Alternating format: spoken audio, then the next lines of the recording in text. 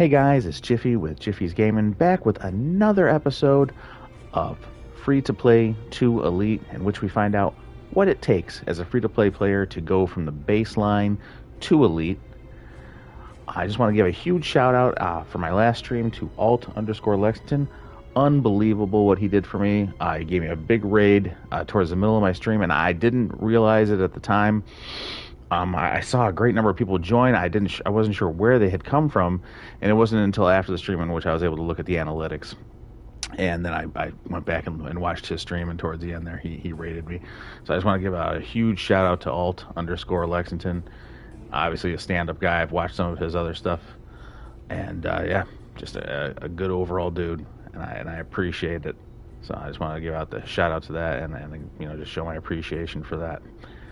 Now, on to today. Today, we need to do 5,000 physical exams. We gotta do a bunch of stuff in here. Ooh. These are not hard to do. We'll begin with the galaxies down here. There are so many things within the day that are needed to get done. Oh, you know what though? Alright, so we'll start on the way down there. Probably burn at least one quantum on the way down, and then we'll go through and we'll collect up everything, as well as use our usual daily.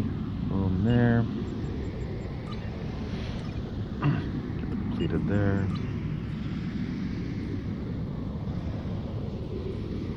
Collect up all of this. Dual heavy phaser. It's always good. I do need one more. I don't know if I have enough. I do not. And what is the item I'm missing? Oh, I can make it though.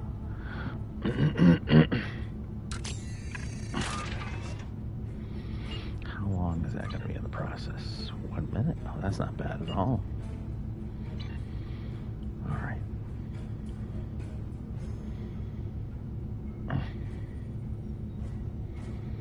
Yeah, the next time I'm on, when Alt Lexington is on, I am for sure gonna make sure that he knows how appreciative I am of that. That was a stand-up thing.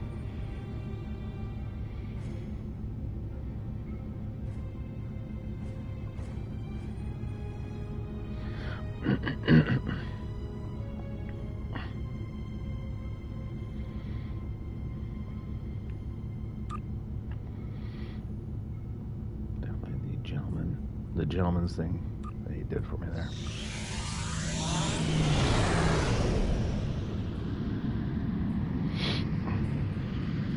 Alright, on the way down, I probably can queue for this. I do want to get this knocked out as well. Oh, look at that. I can let that timer run a little bit while I've got my slipstream up.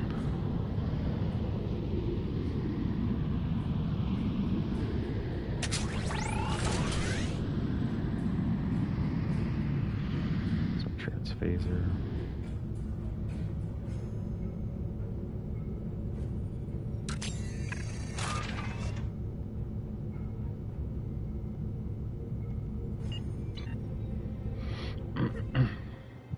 Yeah, I figured as soon as I queued there, it was gonna, or as soon as I hit OK, it was gonna pop.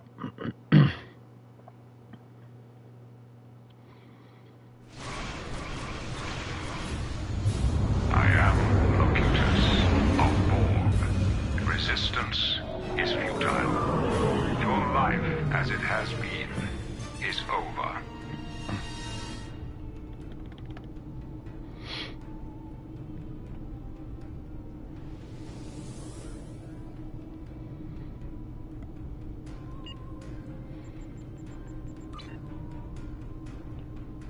Attention all hands.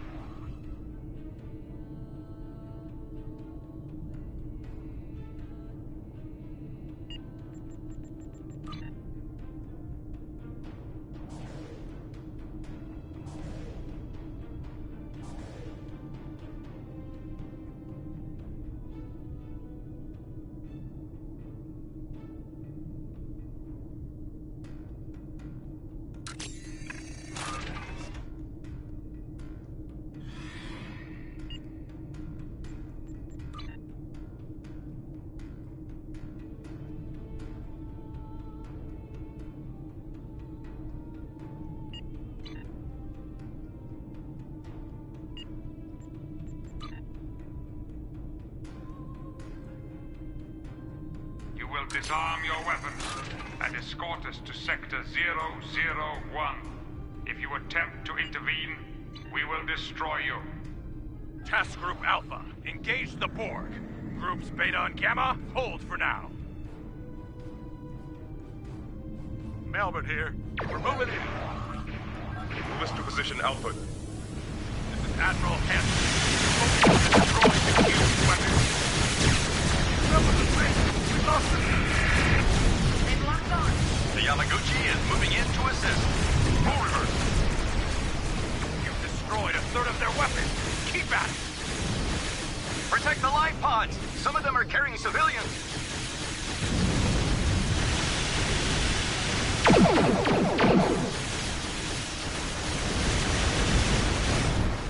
Bone Cell is down. Your trap is no longer baited. All that's keeping the Borg here now is us. Excellent. 2/3 of their weapons are gone.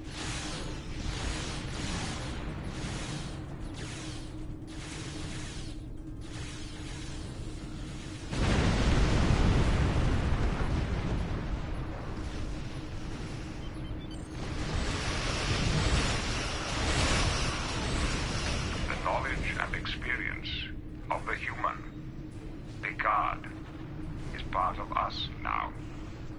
It has prepared us for all possible courses of action. Your resistance is hopeless. Task Group Beta, move in. Remember, the Enterprise is on its way. Attention all hands. This is the Hood. We're moving to attack speed now. Wait, this is the road tower. Moving into support.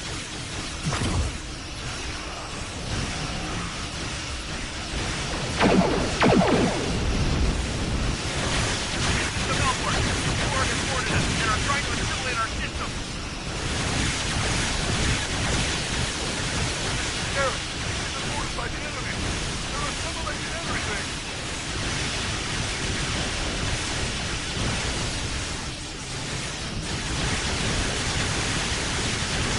Pick up survivors from the Saratoga. Commander system ready to evacuate any civilians. The Melbourne, the Borg have boarded us and are trying to assimilate our system. This is the Righteous. We've been boarded. Attempts to resist assimilation are failing.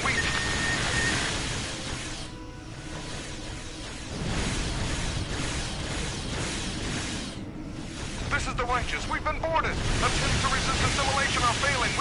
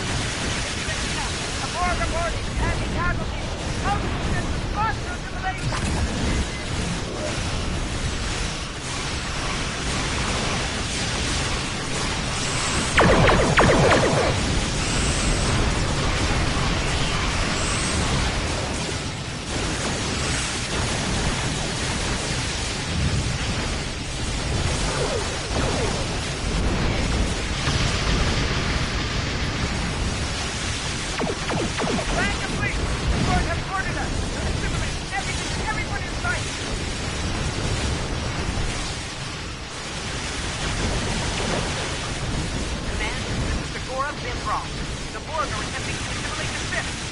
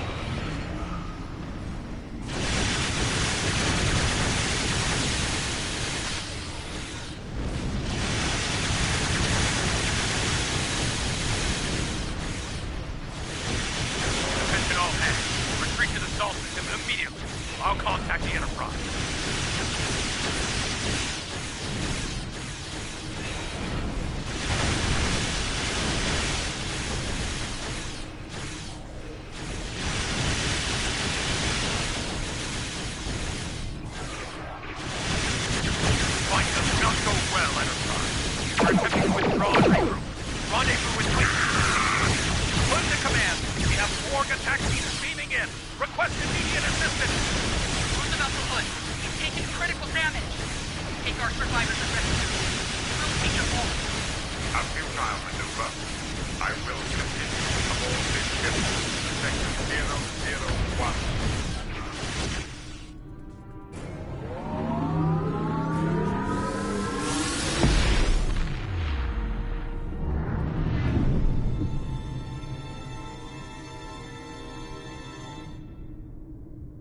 Nicely done.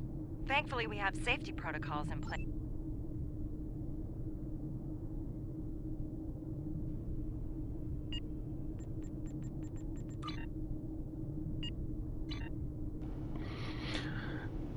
Sorry, Sasha. I don't have a Discord or an Insta. I basically do this as a very small channel, so I don't really plan on getting too much bigger. I don't believe that I'm going to get that much bigger. I appreciate the offer of artwork and all that, and I understand you could really spice up the channel and everything else like that, but I'm good where I am. I do this more for fun than anything else, and I just enjoy it, you know. So, but I do appreciate you stopping in, you know, and offering your services.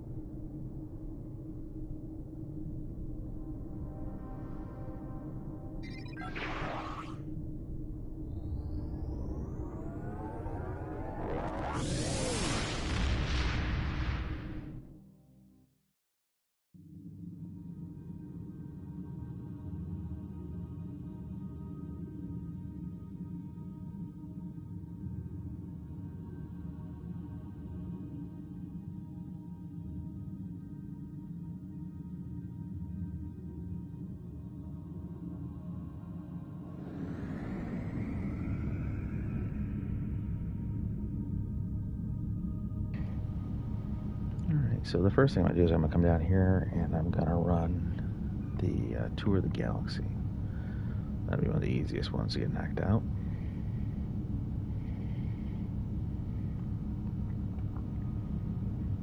We're still a ways away.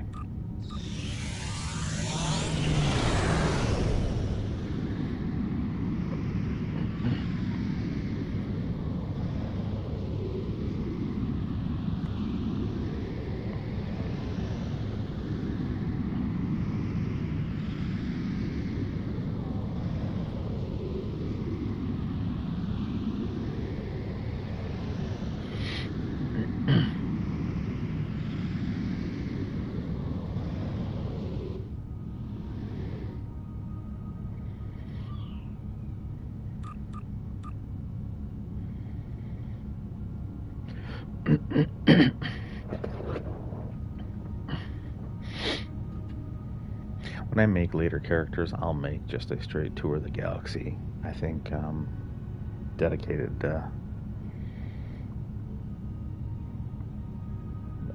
character.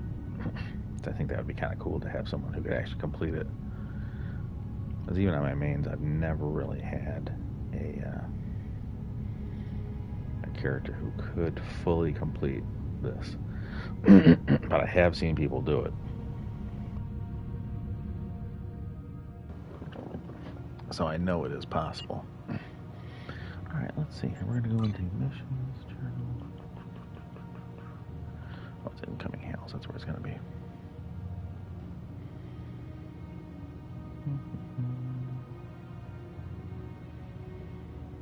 Tour of the Galaxy. And this is what I should have been doing. Really, kind of more often than I have. Because it is worth quite a few credits early, especially early on, for early on players. Such as myself. You figure that was 25,000 credits right there for one simple run just to that first planet.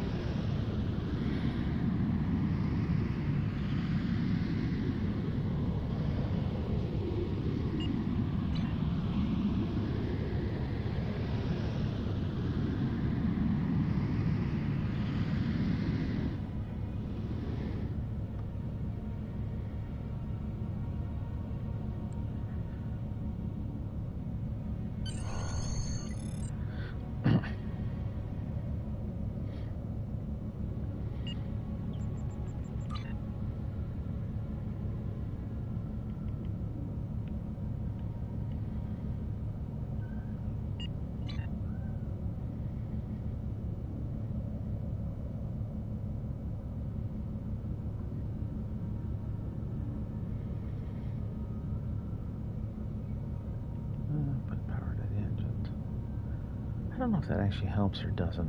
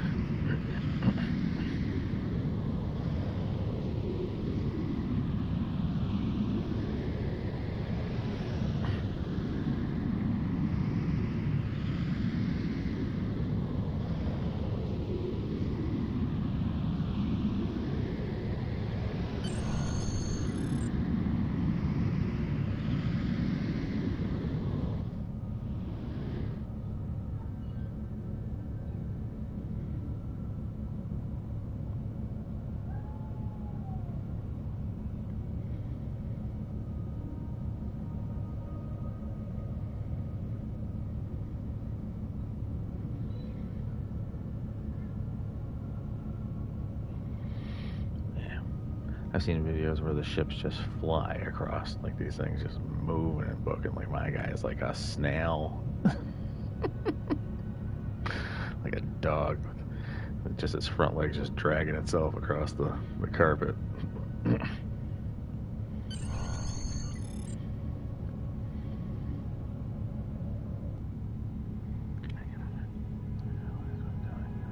Sure, absolutely, DJ.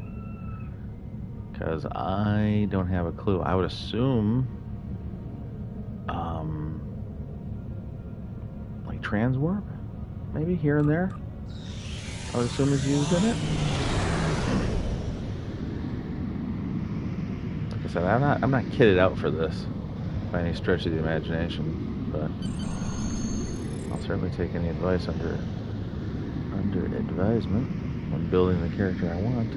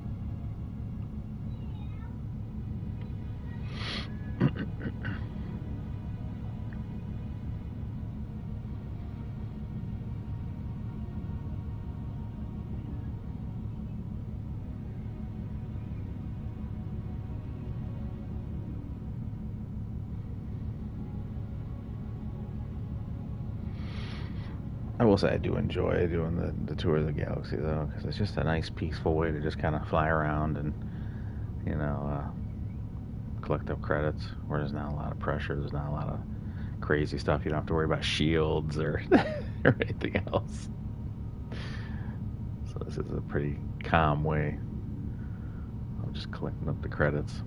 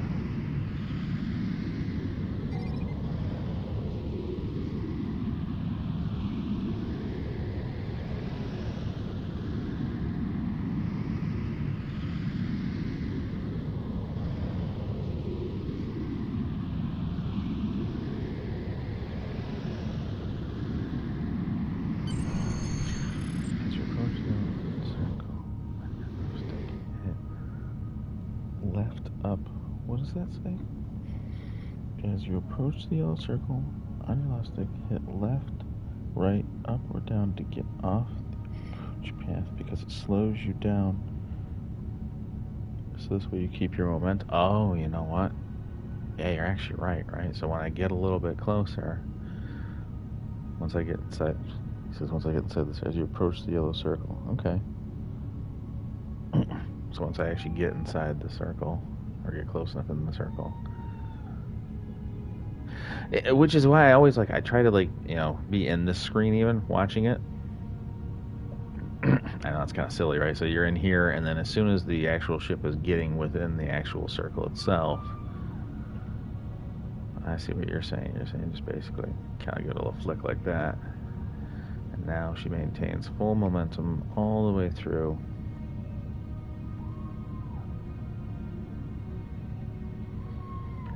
And then collects it. Okay, well, I rammed into the star. Genius. Genius me. It was worth a thought. But yes, I get the overall idea. The overall idea is to, to avoid the star and keep your momentum clean. Which is actually, yeah, that's pretty darn smart.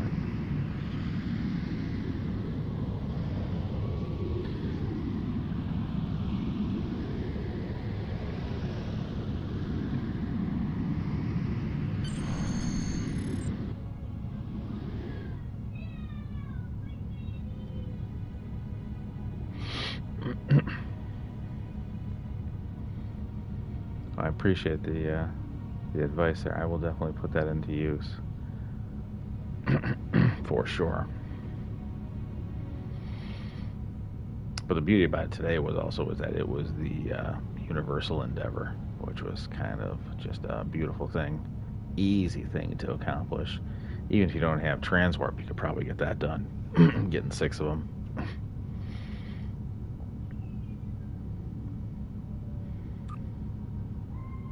Or slipstream, sorry. If you don't have the slipstream, I meant.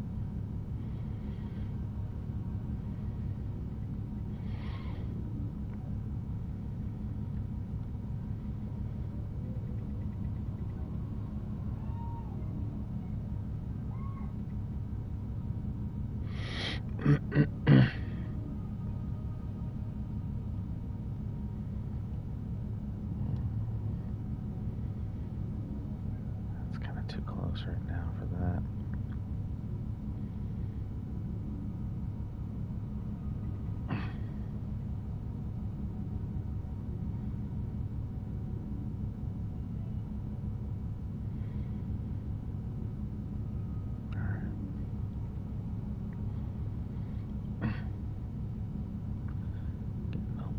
Closer, flick the thing, boom.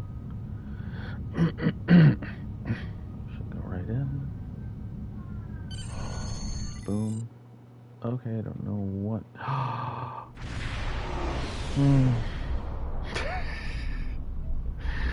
Okay, I don't know how that happened, but that's exciting. I've never actually had that one happen yet.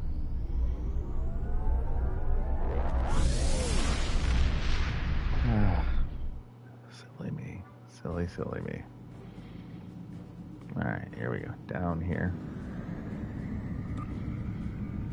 And away we go.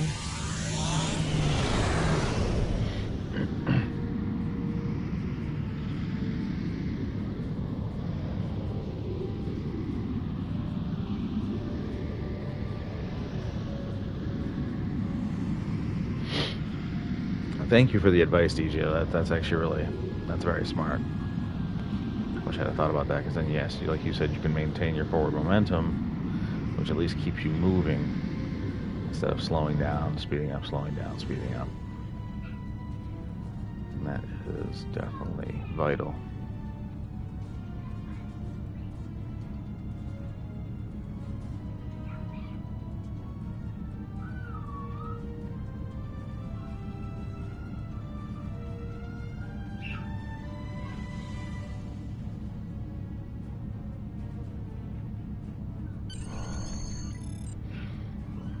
Okay, clicked on it.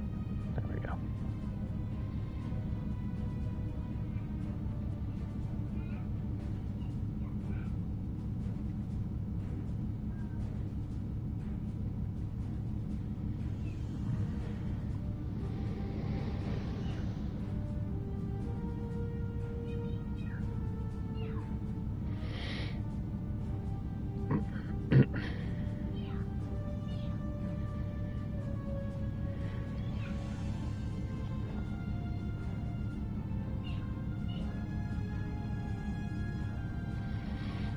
should do the same thing.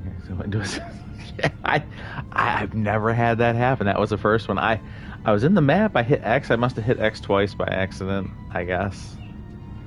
I don't know. That was that was a goof up for sure.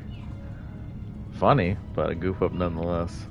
That was gonna hurt my time, unfortunately. All right, so I hit the stick. Turn it slight. Yeah, turn it directly at the planet. Now here's my big quandary, right? So I used I used the slipstream now, quantum slipstream right here, right? But it's a short trip, right? I could go non-slipstream, but then I'm not maximizing my slipstream time usage, right? Up and down, right? So, and then in order to do this, because it's such a short and it's a long turn, right? Because if I actually stay in slipstream, I'll actually completely zero out the engine there and then continue. Okay, well, you know, if it ever takes. There we go. And that way there he makes the turn. But I do feel like then I've nullified some of my advantage for even having a, you know, the slipstream, because I had to, you know, to nullify it.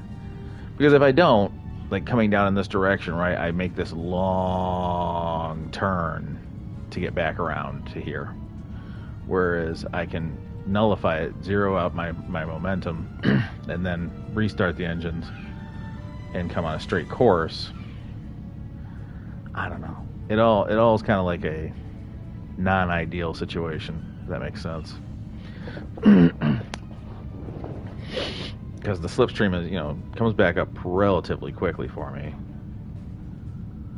but I do want to make sure I'm using it when I'm going to get the most benefit out of it. But there are also these times in which I'm going to be flying in between two different systems. Slipstream down to last 3. Yeah, so here when I make this turn, I'll activate the slipstream to go, because I don't have a very good turn rate in slipstream, if that makes sense.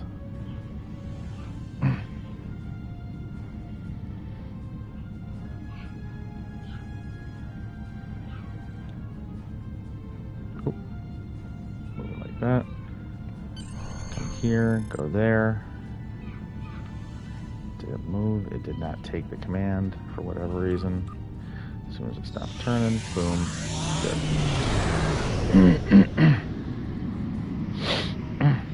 Yeah, like I said, this is not an optimized build for this at all. I'll slightly angle him to the left, because that's where I'm going to have to go anyways. And then boom. Oh yeah, no, not going to get that. Yeah, maybe if I'd activated it when you said, I probably would have gotten, or I could have gotten all 3. I don't know. It's such a they're hard turns, and the turns are so bad in this thing. I can go up to Nimbus, because I got to go up there for the, oh wait, Drozana. I got to go to Drozana first. That's down here. There. Because I got to go pick up my daily goodie.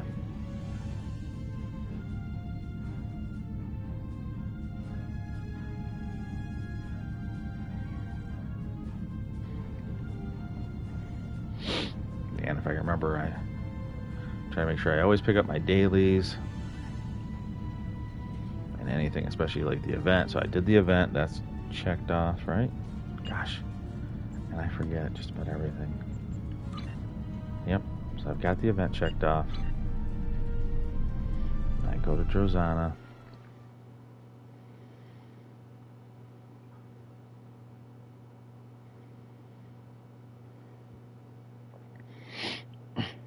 I pick up the daily here.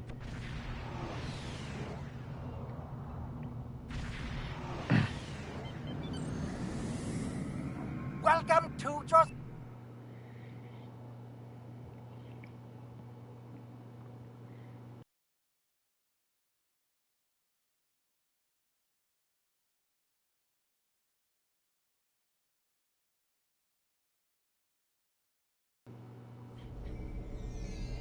Okay, thank you, Sasha.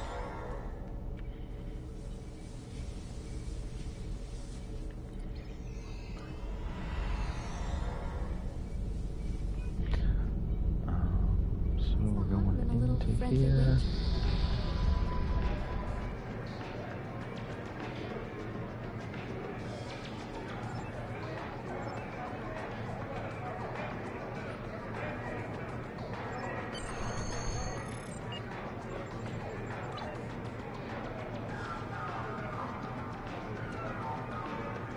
Pretty nice right there.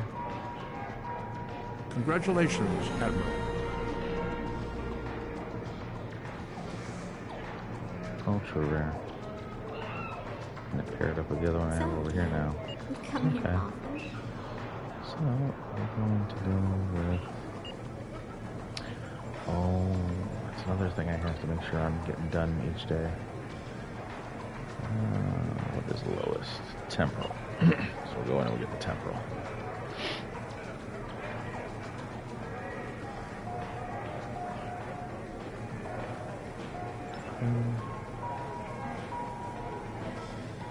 Now, what I think I want to do. Darwood Elita is a licensed product of Borg Enterprises. Is the prologue?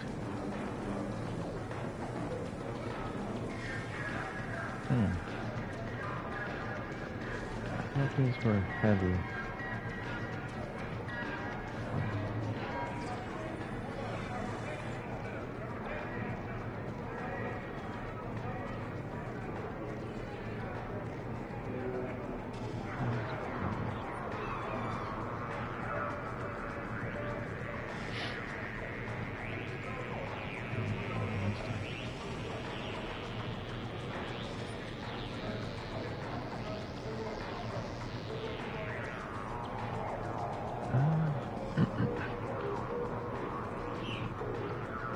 Yeah, I guess.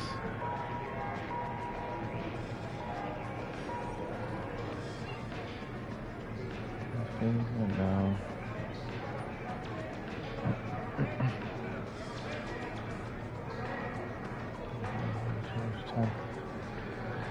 Oh boy. I think I want to. I definitely want the.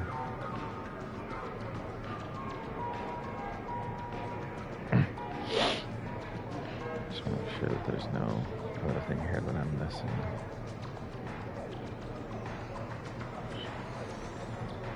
No.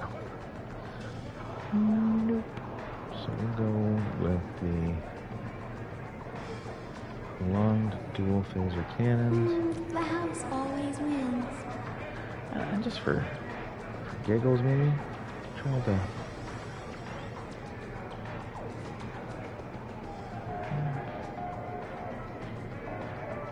It's a universal.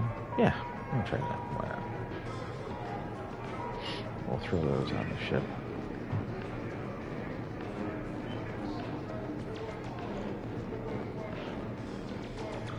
Place it while they're crafted. Right?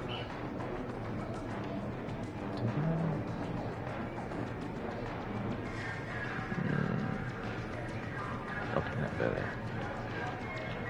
Something.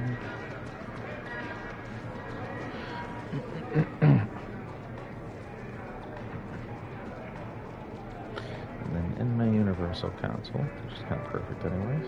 Alright. I'm going to throw this guy.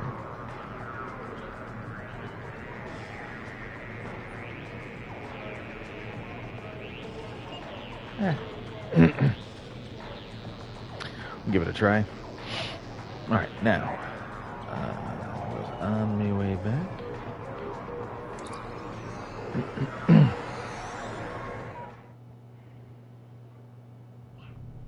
Welcome to Josiah. I'm going to depart the system.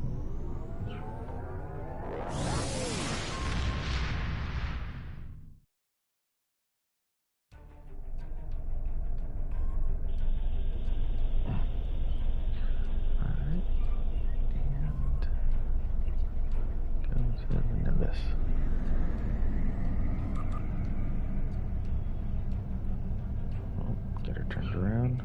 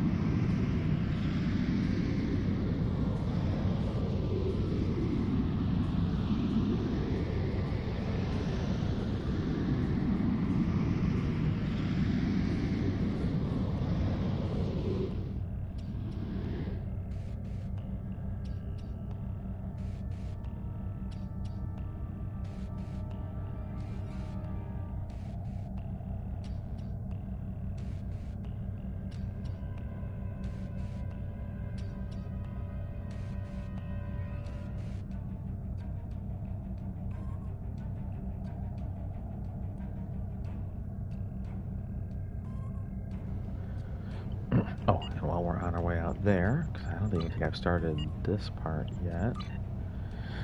I have not. Get the Ferengi part going.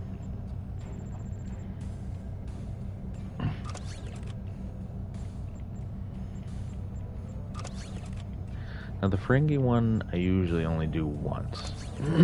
Once I top it out through 10, because that's where they top out, I don't usually come back to Ferengi again. And that is because the final reward is not offered a second or third or fourth or fifth time like the other ones are. I don't know if that's a bug or just a part of the part of the game, but I've noticed that in my time. I could have used one of those.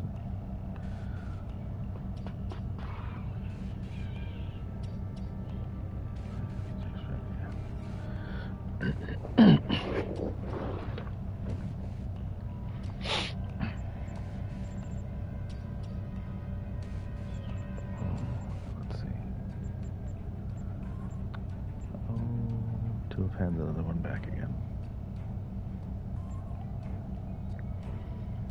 Alright, let's try. Ooh, that one's actually probably a lot harder. Alright. We'll go with this one instead.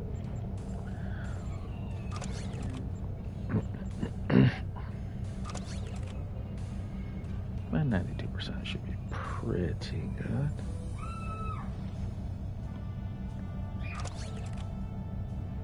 100% is always better.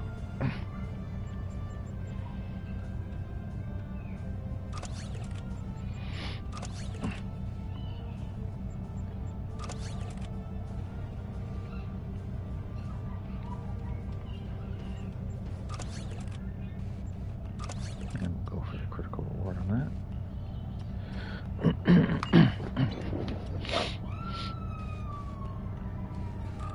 Hey. We're almost there.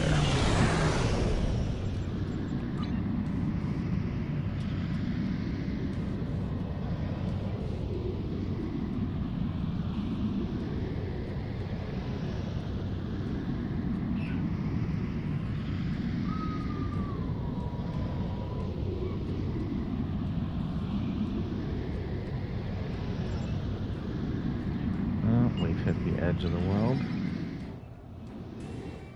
Apparently the command to go to Nimbus did not take in.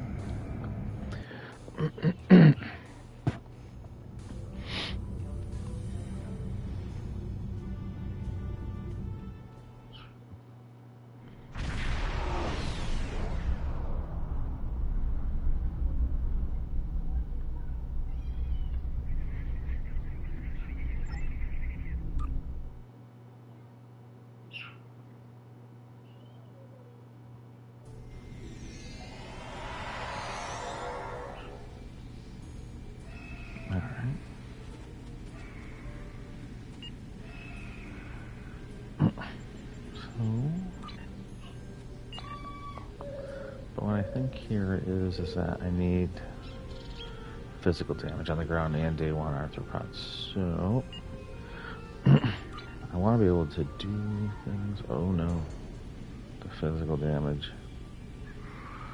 Ruh-roh, Raggy. Do I have any? Oh, I don't. I don't have any melee weapons. Well, well then this is gonna get rough. I also have to park them in close on top of something over here. We'll run through it like this though. Gather up everybody I can.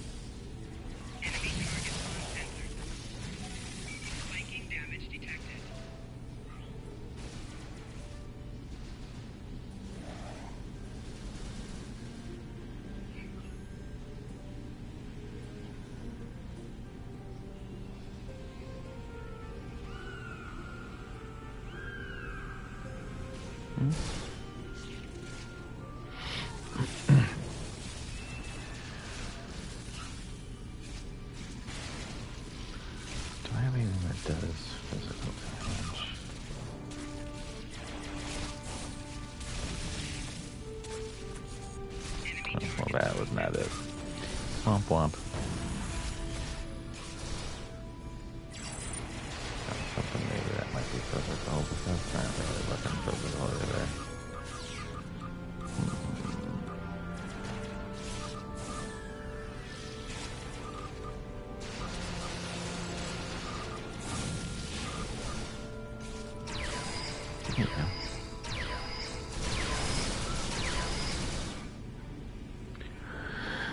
Well, this looks like it's going to be something I'm going to have to do myself. But anyways, going into the actual daily things that you want to make sure you do, you want to make sure you get your research and development going, which in this case here I've gotten the cannons up because I knew I was going to be a cannon guy on this guy here. And my cannons are up to like 13 or something like that. And you don't have to get them all the way up, but you do want to, you know, over time. You don't have to do it like right away is what I mean. Then of course you also want to make sure that you do your admiralty. My admiralty is now in and working for me, and then you go to your duty officers. And for this, what I like to usually do is I usually like to start over my overview check, and you can take it down. Like you can see down here on the right hand side, I have nothing that's at rank 4, which would mean it's topped out. So that means anything I can find, I work on. So I start from the top usually and just go to the bottom. Now you can see here it says it shows a triangle, show all, or you can hear show ready. See how it changes down there at the bottom, right? It's a green triangle. So when you want to show ready, you hit triangle and it should show all, and that's now just showing you right here what's actually ready. If you hit triangle again, it'll show everything that's available to you. But in this case here, we have a whole bunch of science duties that are available to us. Ooh. And I usually try to make sure I go for the biggest ones. Obviously I didn't there, but and right down to the bottom. Sometimes another one will pop up after you've finished. I don't know if that's just the game not keeping up with how fast you're actually clicking or whatnot. Nope, it's not going to do it today, of course. Make a liar out of me. And then at some point you will get to where it's in progress here. You come down, it's in progress 20 out of 20. So if you get into one and you're like, hey, you know, I got exploration right here, I could do any of these, but it's not allowing you to. It's not telling you it's getting it done. It's not moving it forward. It's not taking it off the board. Well, you can come down here in progress 20 out of 20. That's the top end. We come down here to end game, and I want to get my reputation going. So you do a daily one of these things here. So you see right here it says Discovery Legends Efforts Daily. I'll just queue that up and go through and fill up each one of those. So for each one, it's credits, expertise, and Omega marks. Credits, you know, you get from completing tasks, selling stuff. Expertise, you get from doing missions, collecting your daily duty officers will give you some expertise. You know, so there's a lot of things to give you expertise. And of course the marks, which are the bottom piece. You know, like in this case here, Romulan marks it says. Well, you get those from doing certain TFOs or quests that basically give you, at the end, a certain number of them. And of course you just start off by doing them on normal to just knock them out. And then you move up as time allows. You know, time and skill and whatever, you know, actual, you know, good weapons and a decent outline of a ship starts to emerge, or decent outline ground control group if you like that. If you like that, you get a ground control group, you know, together that you really enjoy. You know, if you're really good at ground and pound. I am not particularly good at the ground section of this game. It's always felt a little lackluster to me. But I will be trying to put together one in a later series where I have a guy who's basically set up for the ground aspect. Let's see how we're doing here. We've almost killed all the day ones, and we've done almost no physical damage. Alright, which means I don't have them in tight enough. Get them in tight, get them in close, kill things. Just punch it to death. But that's what that is. If they get in close enough, your people will hit it with their fists to back them off. And of course my inventory filled up just now. My people should be able to take care of that. here, inventory. Oh, because I collected all my dailies. Gotcha. Like, I don't remember having that much of a full section. I gotta really kind of clean up some stuff here. That was 2 rare personal endeavors. I'll get rid of those.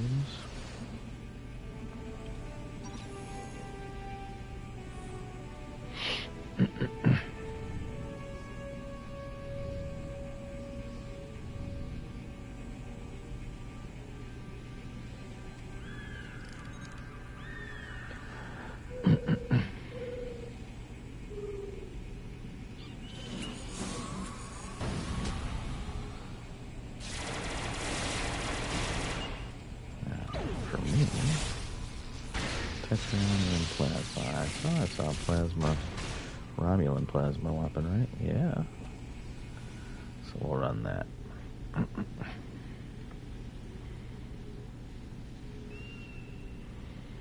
Then I also saw... there was one of those to switch out.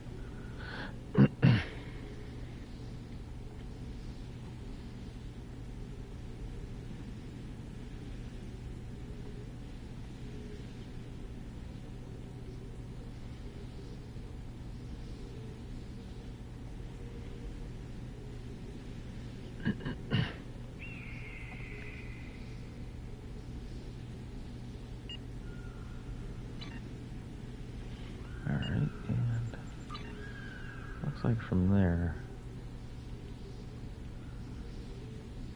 How about that?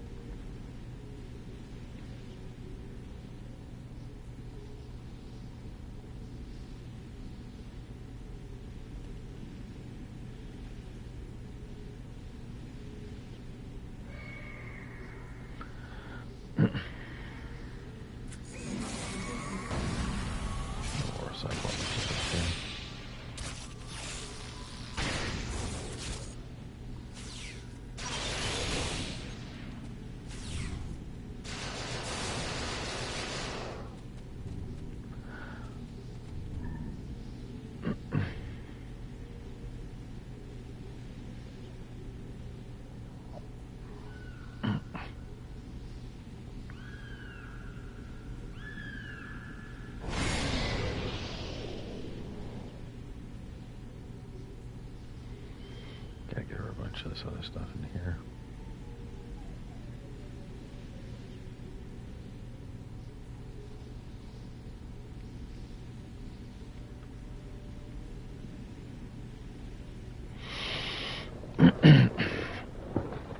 Got a bunch of keys up top there. Not completely certain what I'm gonna do with those yet.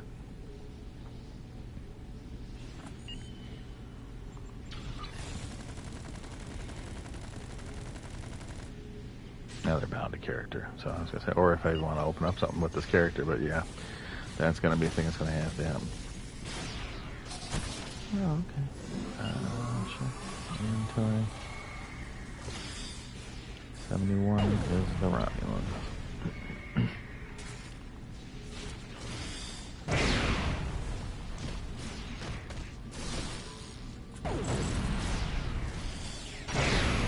For lack of a better way of doing this, unfortunately, I have to get into fist fights over here, apparently.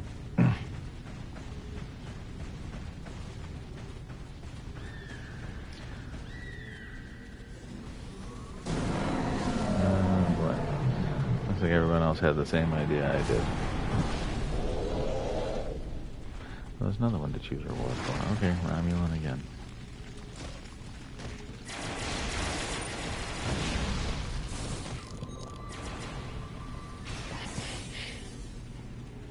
Gosh, if I have a bat left or anything. I can't believe that I always keep a physical weapon around.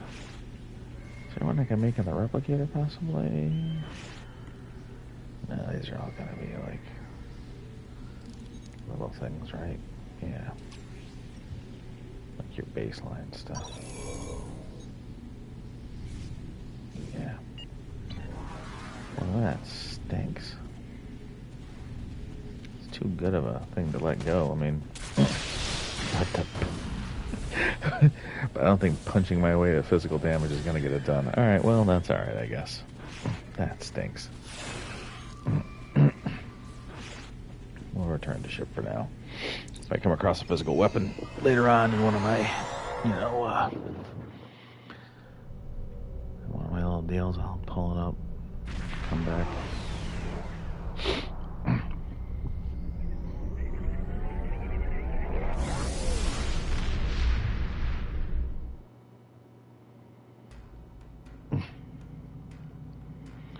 Alrighty, we will go. That's not where I'm trying to go to. Mission journal. The episode. Yesterday's Enterprise. Terminal Expanse. Travel. And we can transfer.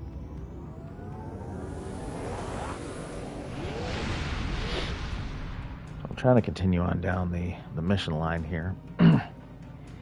There is going to come a time in which I run into a mission that I'm going to have to run a few of them, anyways, a couple of them anyways, like a few times over to get specific items that I'm going to want for this build.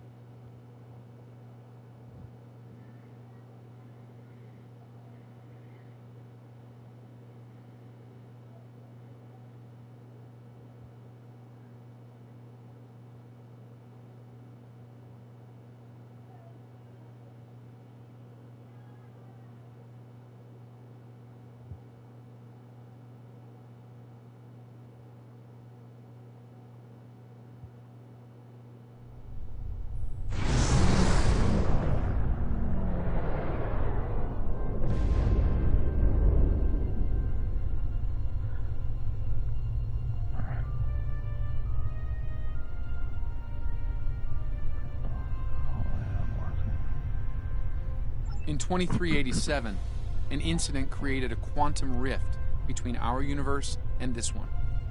A Romulan ship accidentally traveled here through a singularity.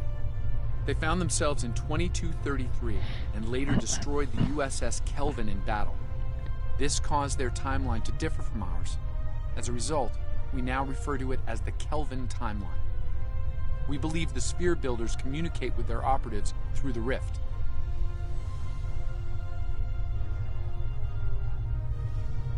Yes, in our timeline, they used the Xindi as a proxy force. I suspect they're doing the same thing here with the Klingons. I'm reading multiple spheres under construction in this sector, as well as the wreckage of spheres. I suspect the local forces are trying to prevent an expanse from being formed. Alrighty. This sphere isn't active yet. We need to neutralize it before the builders can create an expanse. Command, this is the USS Yorktown. We are under attack and require... I do hope you come to fight, to talk.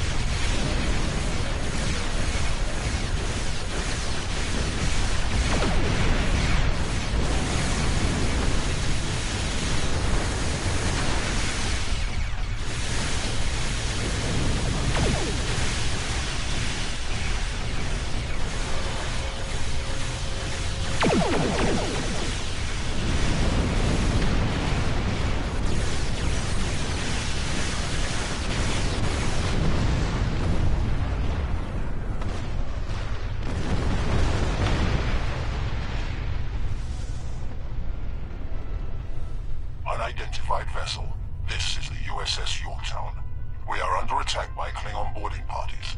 Can you provide assistance? Alrighty.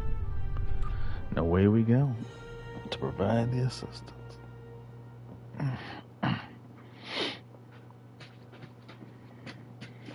See, I don't know which one of the boxes I should open.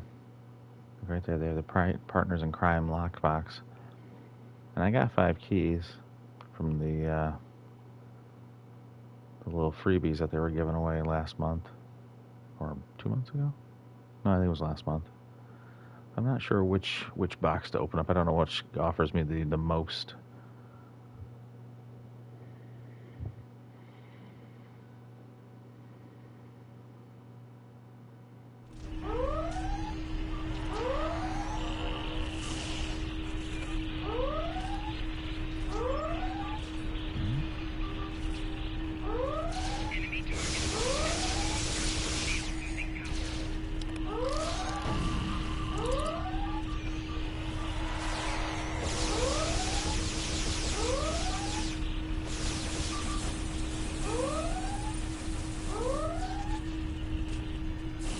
Over here.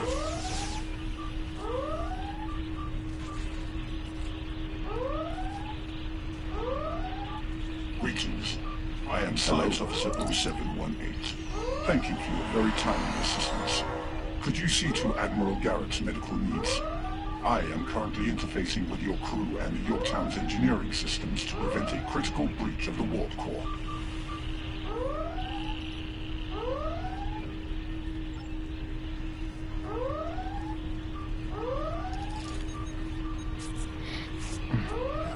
Thanks. I'm not sure which Starfleet you're in exactly, but I'm guessing you won't mind giving my crew a hand here. The Klingons really did a number on us.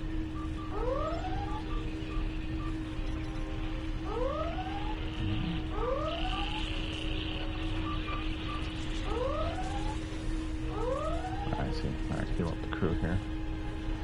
Get the people back up and running. Thank you. Oh, my head's still spinning. That last Klingon photon hit sent me flying into the ops console. Head first.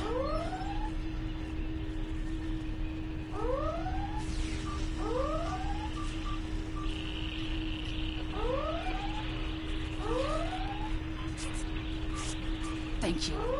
I thought we were finished. The Klingons weren't interested in taking prisoners.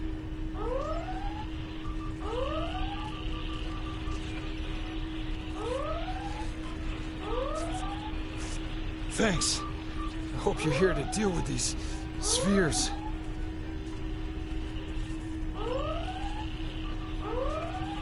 We could use some help putting out these fires! Yeah, that's what I thought would have been like number 1 on the list of things. There's a fire.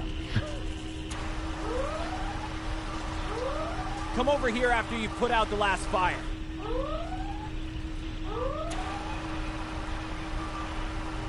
Over here! Alright. We were about to begin sabotage operations on the sphere when the Klingons came to call. As you can see, Yorktown and her crew are in rough shape. But that thing needs to be neutralized. I count on you and your crew to help us finish the job. Glad to hear it. We've got explosives ready to go. But we'll need to find a proper infiltration point on the sphere. Work with my science officer to make that happen. Use the starboard console. Together we can triangulate our scanners.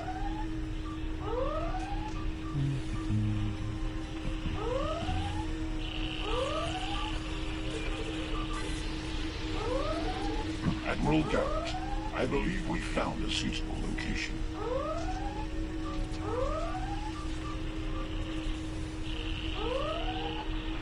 I have reviewed your proposed infiltration coordinates. They are tactically sound. We can commence operations at your command. Be advised, in previous encounters on board spheres, the occupants have been quick to mobilize their defense forces. Expect heavy opposition. I'll stay on the Yorktown to assist Admiral Garrett and his crew. We'll monitor your progress from the bridge and provide tactical updates as we can.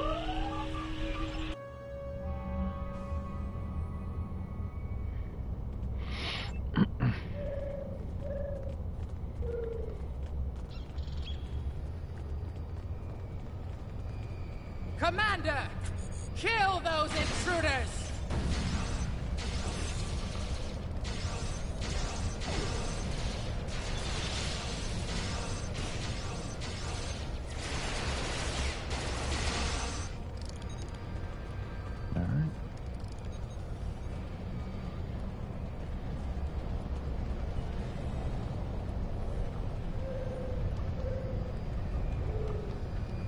To date, the most effective Starfleet tactic has been to trigger a critical series of detonations within their power suite. Such disruptions have resulted in destruction of a sphere.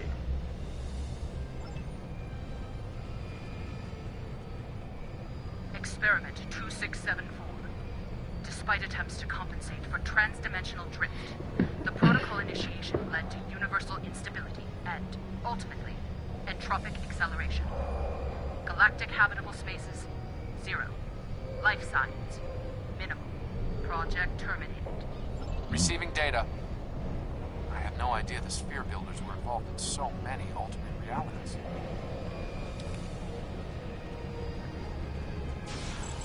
Enemy target shield losing power.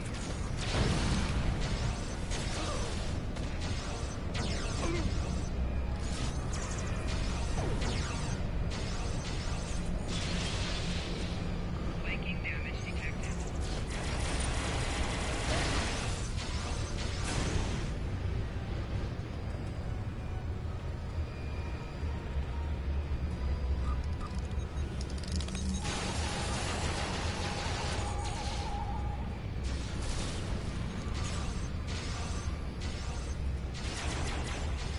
You cannot stop our plans!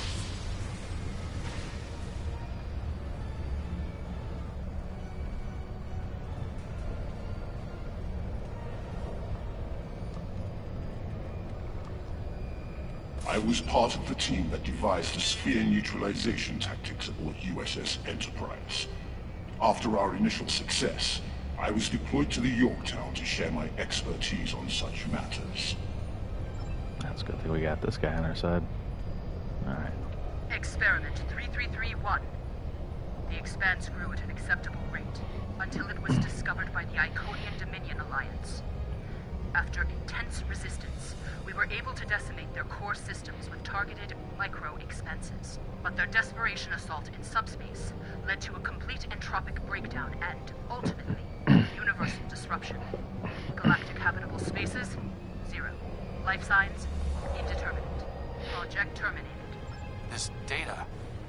They've exterminated entire galaxies with their experiments.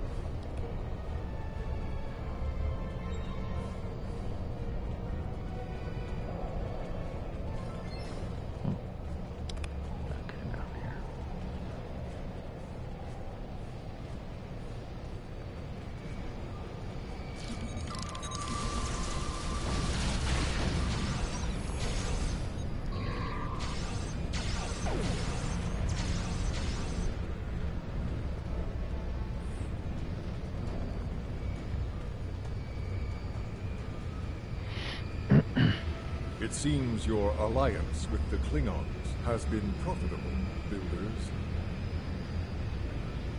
It has. Like the Zindi, they are eager for conquest. However, the technology you have provided destroys as well as creates. The Resistance has been disruptive to our progress. Your promises appear thin, Envoy. I assure you, all is going according to plan. Nothing they will do will keep us from our goals. And yet, I see a familiar disruption has presented itself again. A minor nuisance. I suggest letting your Klingons do what they do best. I will deal with this disruption. It's time you learned that you cannot prevail, intruder. You will fall to ruin.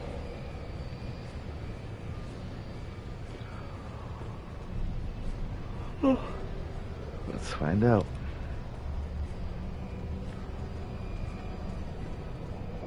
You! I have had enough of you! The Tutarians were a peaceful race until your misbegotten alliance committed an act of genocide. We were all but annihilated. Only a scant few of us escaped to safety, lost and forgotten within a dimensional void. The Envoy has given us the means to manipulate events. We had begun to undo the damage you have done to us. Quantum realms such as this are ours to study without risk to our own. And should this realm unravel, there is an infinite number of realms remaining to us. Yes, just as you were willing to do so to achieve your goals, do not presume to judge me, murderer! The Expanse Protocol will wipe you from existence, and with your passing, bring justice to my people at long last. Something is happening. The sphere is emitting a high level of thermobaric radiation. We must complete our objective at once.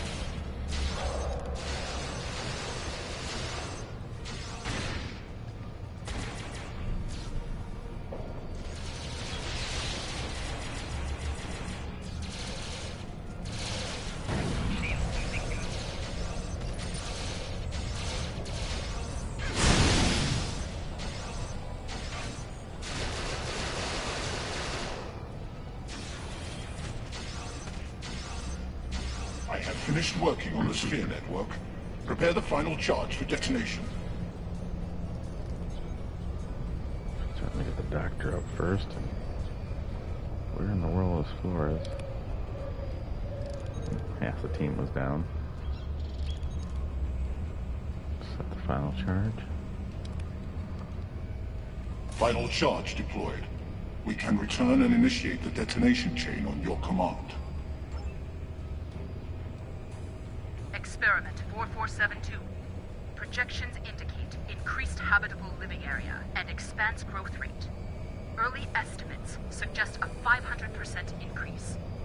Local resistance, primarily from this realm's version of the Federation, has been crude but effective.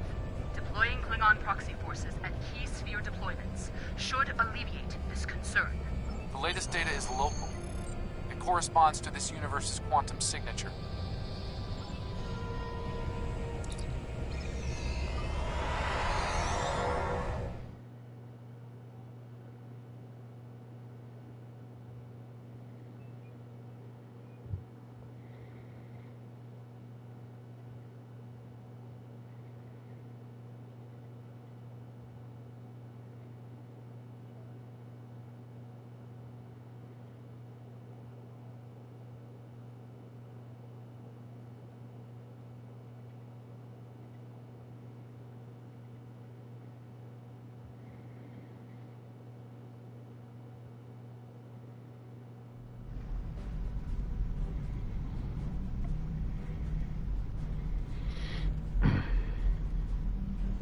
Sphere builder ships, inbound.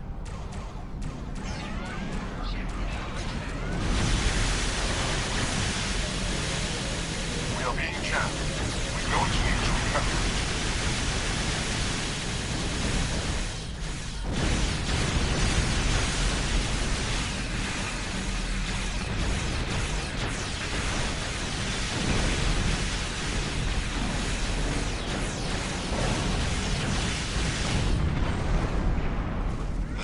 Jamming our transmissions.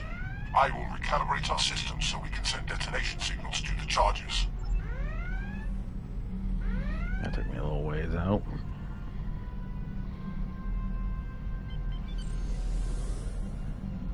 We're going to need to boost our signal to activate the explosives.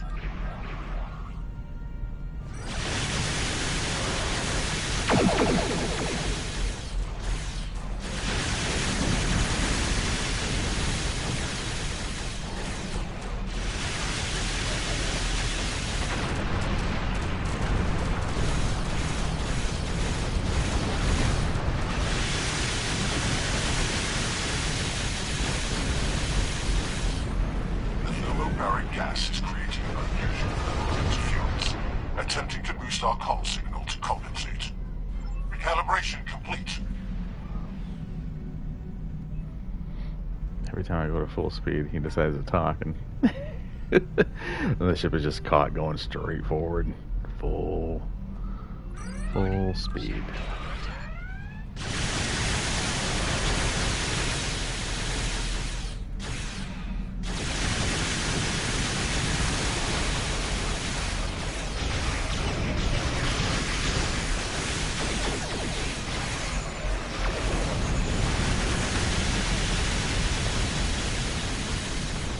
I have established targets charges on the sphere, ready to activate on your command.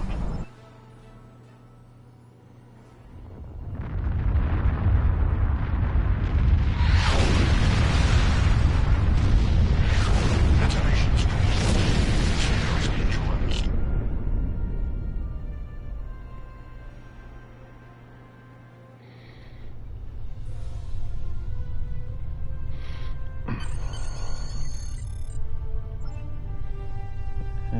We'll collect this little guy real quick.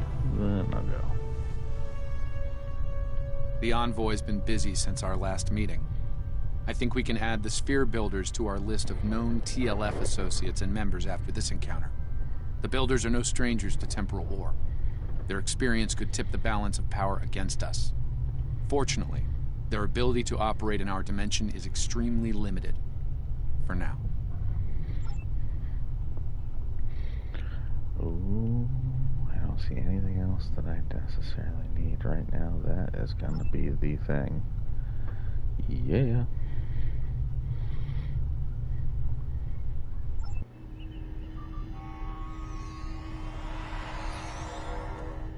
Nice work over there. It was rough for a moment, but you both... What the... I'll see you back on the ship, sir. Most curious. I believe that wound occurred due to a temporal shift. Something has happened elsewhere.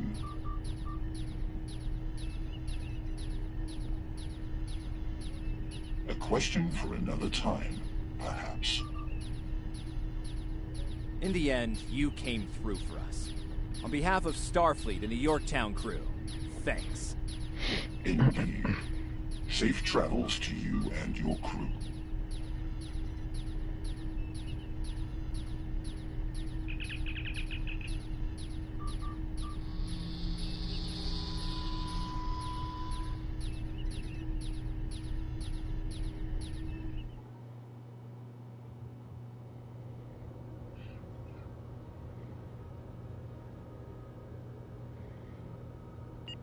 Well, alright.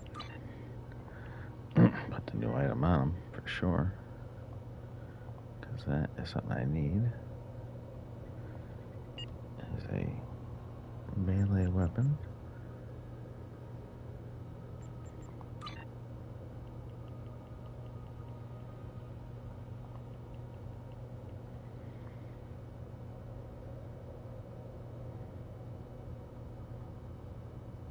Some time ago, there was a temporal disruption involving the USS Enterprise C. We thought the matter was fully resolved, but there was an oversight. We need to find one of the Enterprise C survivors, a temporal duplicate of Starfleet Admiral Tanay. Until we reconcile her displacement, the timeline is in jeopardy. There's one person in particular that can provide the location of the survivors, Sela of Romulus. We believe she's operating in the Cytor system. Meet me there to search for Sela and enlist her aid. All right. Stay safe out there. So I could go to Cytor first. Up here.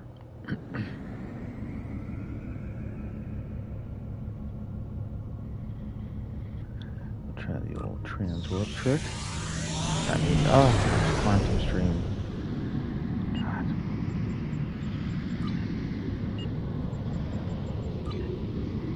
See if there's anything in the fleet holdings that I can give to.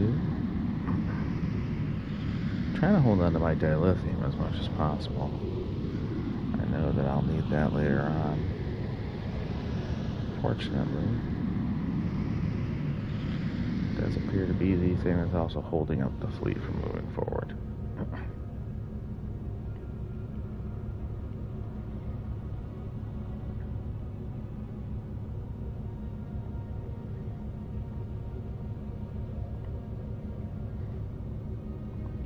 Do I have any fleet credits? I do. Pop those in there.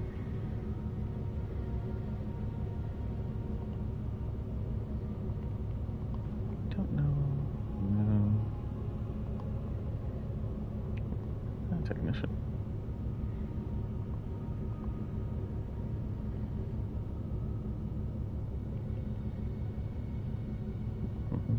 Well, guess that's gonna be about that for now.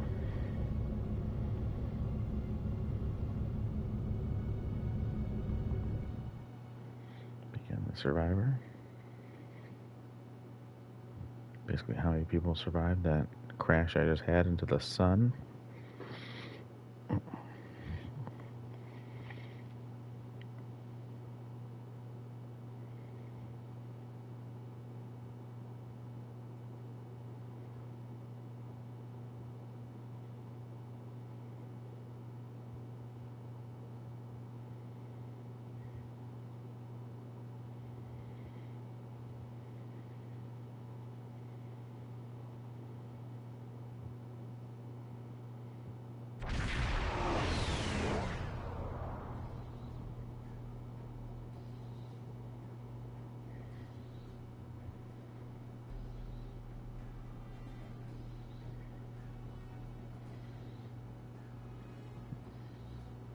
If she's here, we'll need to draw her out.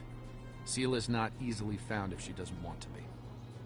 In the meantime, there's a structure on one of the larger asteroids, but the mineral content there is making long-range scanning difficult.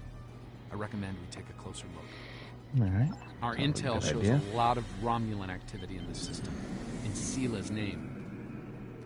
Command believes she's planning an assault of some kind and gathering tactical resources.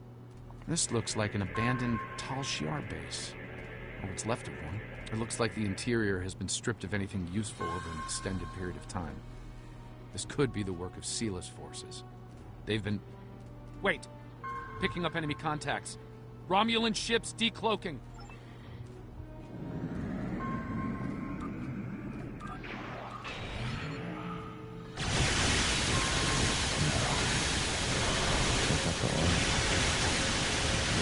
Bird first.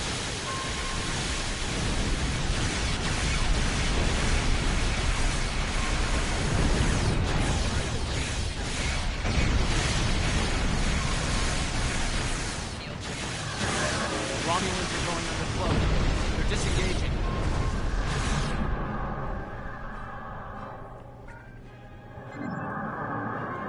Those as long as they keep leaking plasma, I just said. We can follow their trail. They're not trying to lose us. I've got a bad feeling about this. No, keep having your bad feelings. Oh my gosh. I never changed it back to weapon specialty. Last time I was firing with engines. Ship, you are No. You are still trespassing in my space, and she could use a new ship. Yes, yes, yes. Unfortunately, if I let that whole conversation go, I'd be where I was, because it's a house hit in the corner.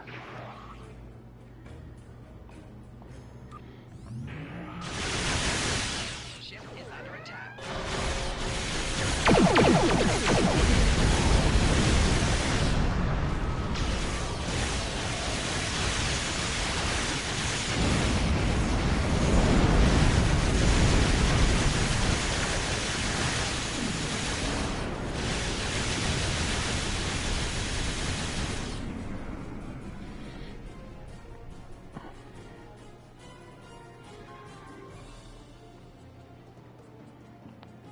Fine, we'll talk. Cut to the chase and tell me what it is you want. Ah, I'd wondered when you'd get around to looking for the Enterprise C survivors. When the Enterprise C survivors were taken, My father agreed to let the rest of the crew live, so long as Lieutenant Yar served as his concubine. She was executed, but my father held to his word. I am aware of their location, but I will only take you there if you agree to bring me with you.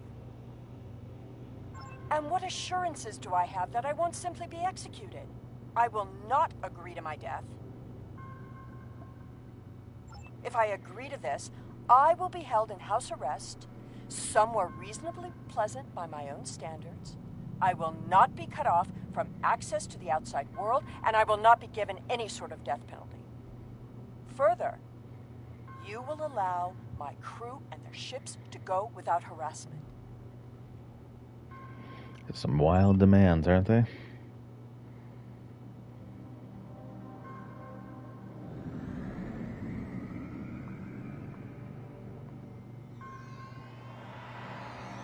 The survivors of the Enterprise C were sent to a Tal Shiar prison world. Set a course for the Pictet system. I shall make my way to the bridge of this quaint little ship.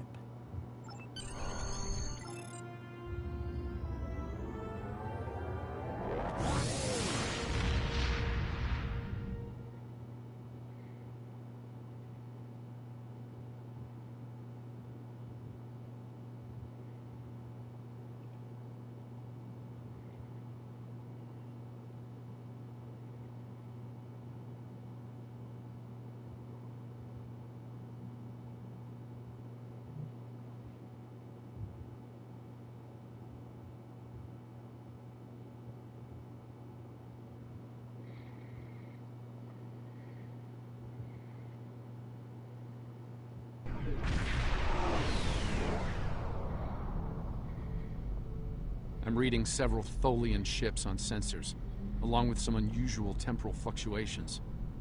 Tholians dislike anything involving time travel. We should be cautious. If they think we're responsible, they may become hostile. This is the Pictet system, one of many worlds where the Tal Shiar would send assets important enough to keep, but not threatening enough to kill. Supplies to this world stopped when Hobus was destroyed. But the Enterprise C crew are proven survivors. I admit, the Tholians being here is new. Surely they won't be too difficult for you to handle.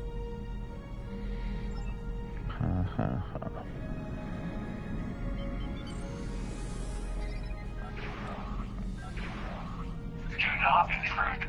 The anomaly will be eradicated. Leave now.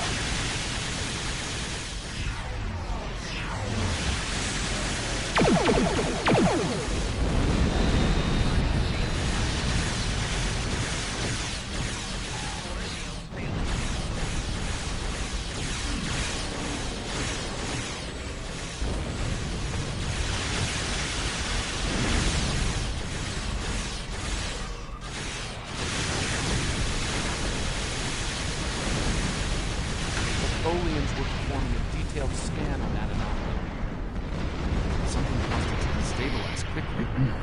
Not a good sign.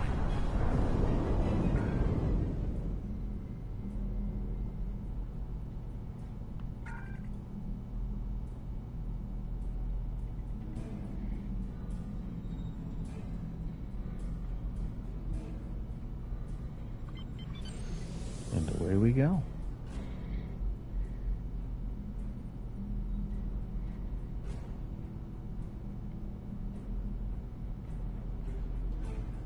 The anomaly will be purged, as will you. Vengeance for the fallen.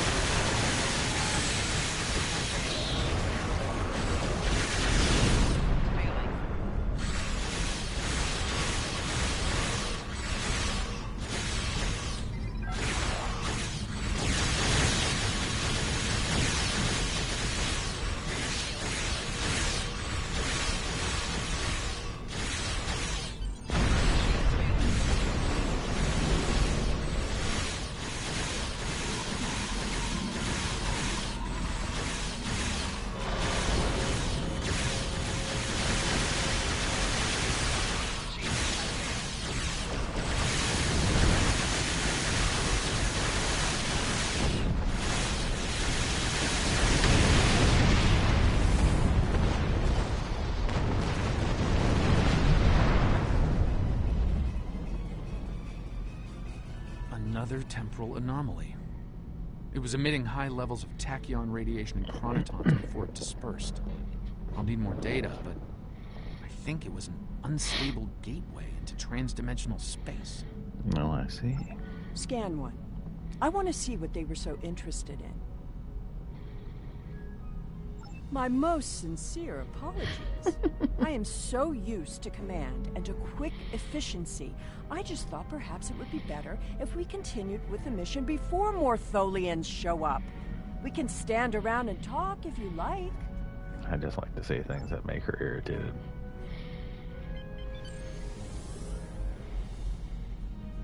A little bit of fun.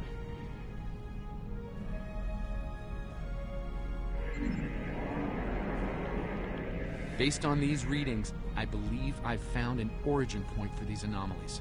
They're coming from the planet below. I suggest sending an away team down to collect data.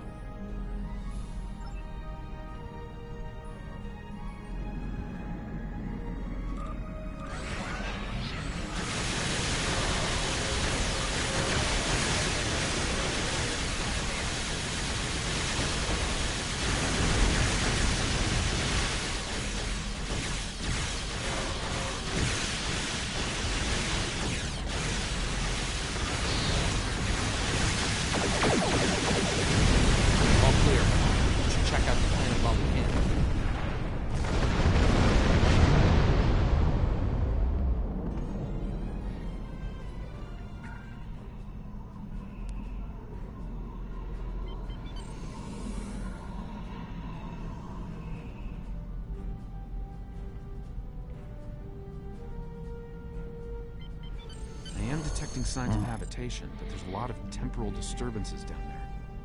They're making it hard to obtain a clear reading at this distance.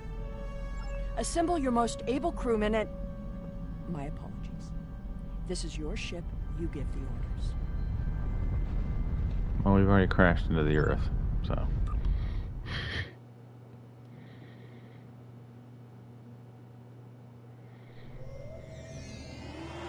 We've beamed down into an open courtyard within what's left of the Tal Shiar prison.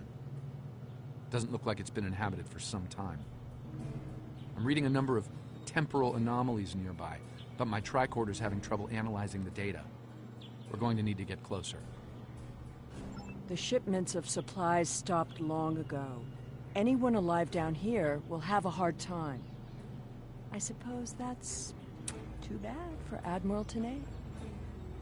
That is what this is about, isn't it? There are two of her and no one else. If you find her, I doubt she will be alive.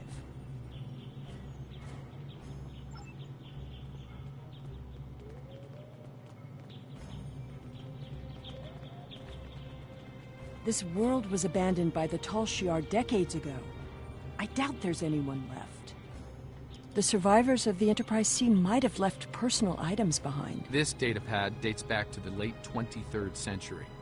It lacks power, but it should work once it's recharged.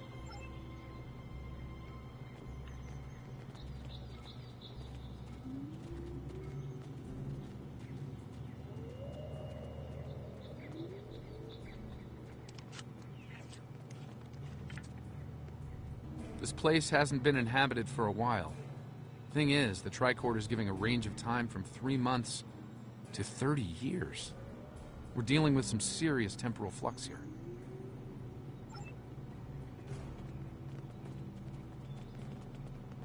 Well, there's a big old That's one of the temporal anomalies. I wouldn't recommend entering its area of effect. From what I'm reading here, contact with the anomaly will do considerable damage to anything organic. That being said, I believe we can deal with this. Stand over there, and between the two of us, we should be able to nullify the anomaly.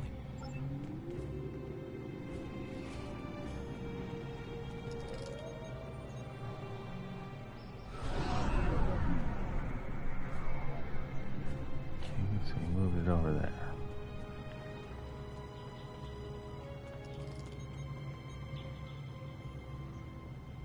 Someone's been here recently. The tricorder's picking up numerous signs of habitation in the area. By the look of things, someone stripped this area of all useful items and moved on. This gate appears to have been locked from the outside. Perhaps they knew about the anomaly but didn't have the means to handle it. Ah, there's a manual override over there near our beam-down site. We can use it to open the gates. When we disrupted this anomaly, it seemed to fracture, forcing more anomalies into our timeline. I think we might be able to use that to our benefit, though. I'll stay here and act as an anchor. Find the best spot and use your tricorder to emit the dispersal pattern again. We should be able to push those bubbles away from the gate controls. If you get stuck, I'll be able to get you out of trouble. The gate controls are trapped within an anomaly.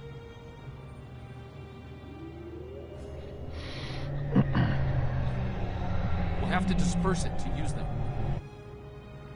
Okay.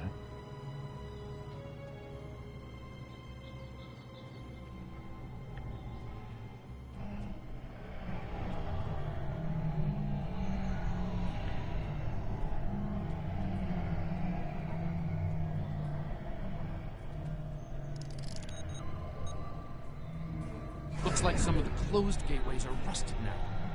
Find another spot. Okay, well.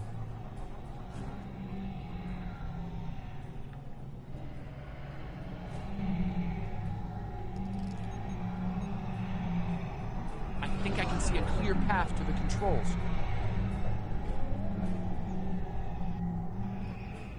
You think you can? Where would that be? Haha. Yeah. The gate's open. Try to disperse where you are. It should open an escape path for you.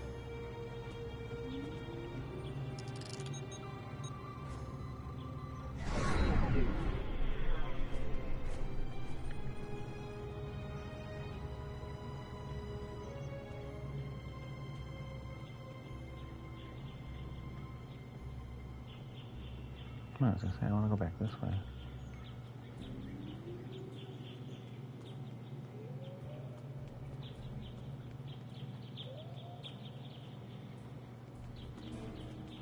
Excellent. The gate's open, and we can continue our search for Tanae. Well done.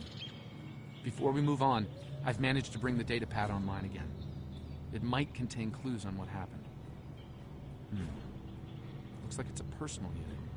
The primary user is Lieutenant Tasha Yar of Starfleet. Give me that! The first entry dates to 2389, nearly 40 years after she was executed. Or at least 40 years after she was supposed to have been executed. No. I am Natasha Yar, Security Chief for the Federation Starship Enterprise D. Well, at least that's who I was.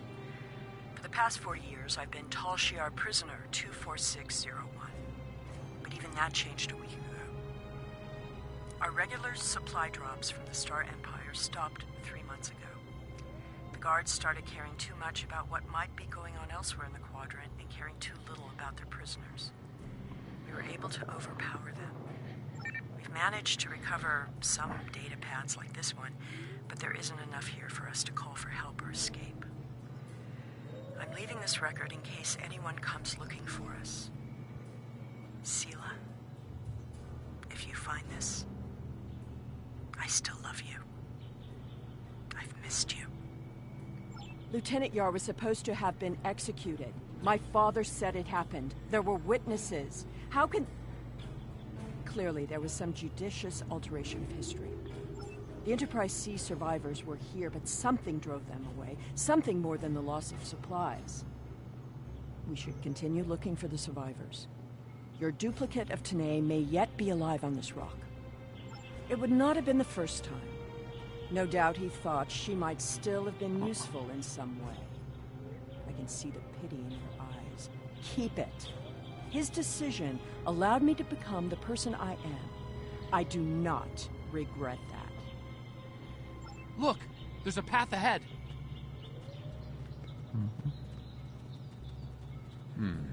This anomaly looks more stable than the others. It's probably less deadly, but let's not find out now.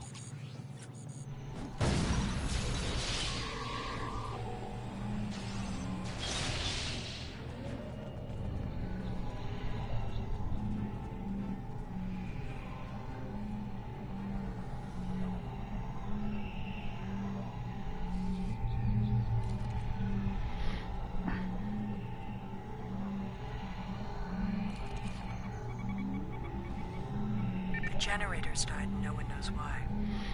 Richard thinks it might have been the big predators. Tanae thinks she might be able to salvage some of the parts. I hope she can. She's been glaring over the remains for the last 3 hours. 2 more dead. We can't stay here. The animals know the fence won't harm them anymore. I rigged an early warning system using a trick I learned growing up on Turkana 4, but that won't stop them. Took a vote, and we're moving. We'll build a new settlement in the old secondary supply bunker the Tal Shiar abandoned 20 years ago. The surviving guard has agreed to guide us there. Loyalty to the Tal Shiar fades. You've been stranded with the inmates.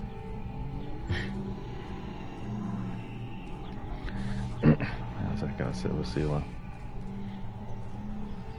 Lieutenant Yar never discussed Turkana 4. When I was older, I discovered why. She was a survivor. It is clear that her arrangement with my father was just that. Obviously, she continued that trait into her existence here. There's more ground to cover. There's another unstable anomaly.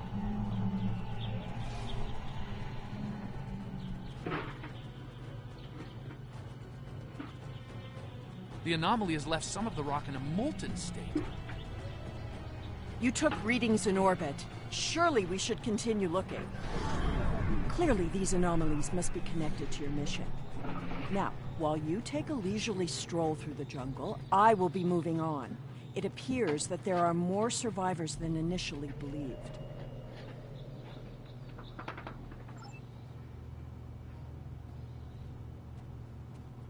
There's a lot of interference, but I think I'm picking up a life sign. Tanae! Go away! Leave this place!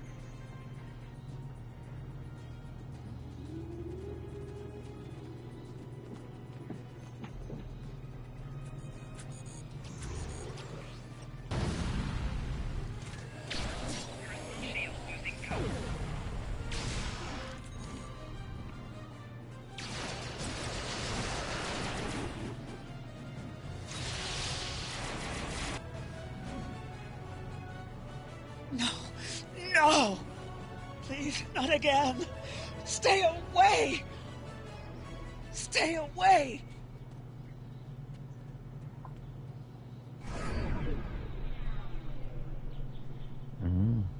She the cause It of them? seems your duplicate, Tanae, is still alive, and she isn't pleased to see you. I don't really blame her. I wasn't exactly thrilled to see you again, either. She's run off, but there's an even larger anomaly close by. It looks like it was a structure at one point, but I doubt Another any temporal survivors anomaly, would and this one remain is in a larger than the ruin last. like this. There are temporal eddies moving through the area, and a few stable locations between them.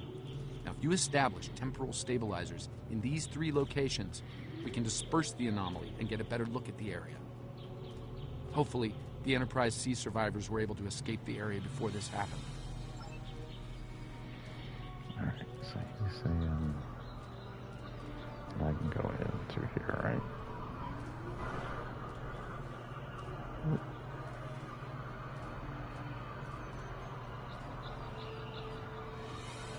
There's a stable pocket ahead of you. Set up the first stabilizer there. That's the first stabilizer. 2 more to go. Oh, I missed my opportunity to leave. I assume the next one's over there.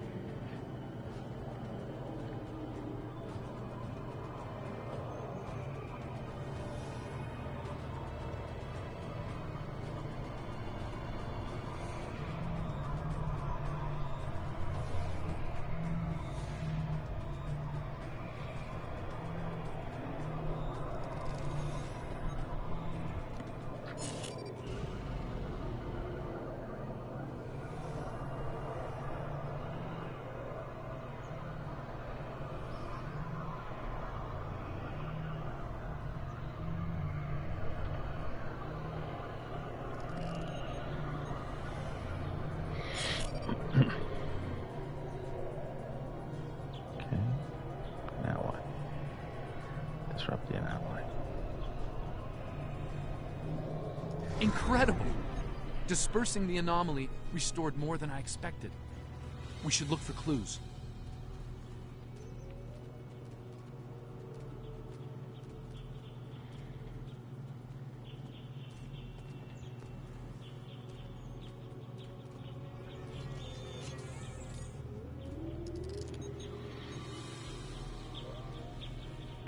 We found an entire grove of saplings.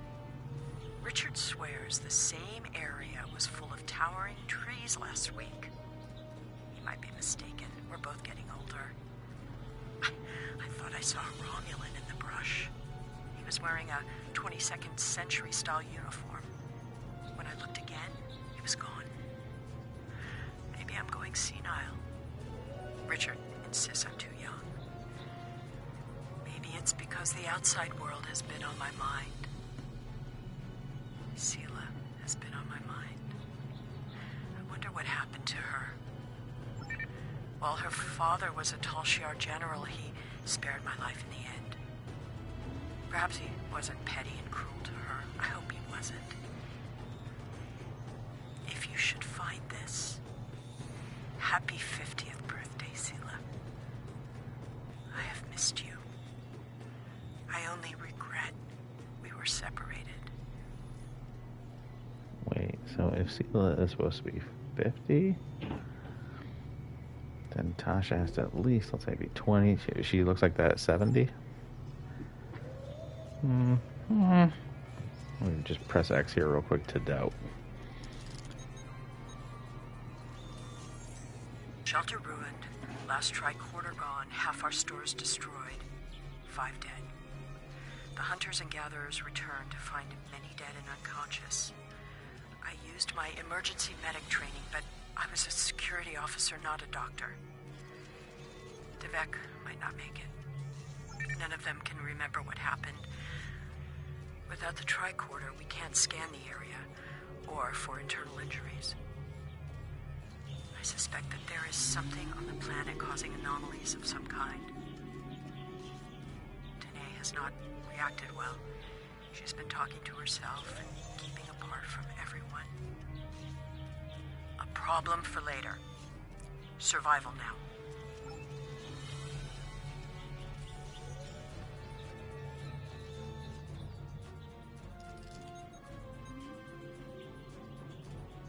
Some sort of temporal inversion happened here. Some of the rock returned to an earlier molten state, while some of the building materials aged over 200 years. Anyone standing close to these objects would have been affected as well, regressed to infancy, or aged to the grave.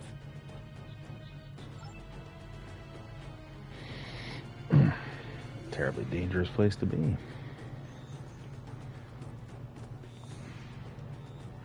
Well, I suppose it was nice that Yar thought of me. But that doesn't change the fact that she was going to steal me away like a thief in the night. If she had truly cared, she would have stayed where she was. My father was not cruel or petty, at least not to me. He was hard because he needed to be. I thrived because of it. The Enterprise C survivors were surprisingly resilient. Tasha's notes are more sparse but seem to record a productive, if primitive, community. They mention a secondary site close by. If your Vulcan survived, there may be others, and they may be close. Over here! There's a path with recent footprints.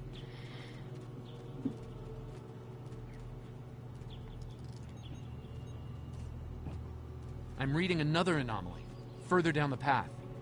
Tanae might be there. That looks like an anomaly.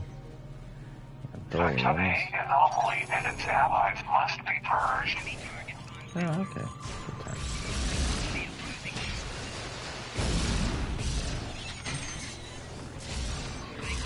Yeah, you guys shouldn't goof around with these guys. Maybe it's too late.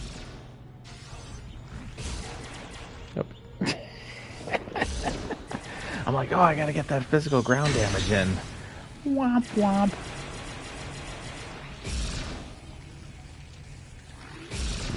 wakes me up. Come on, buddy.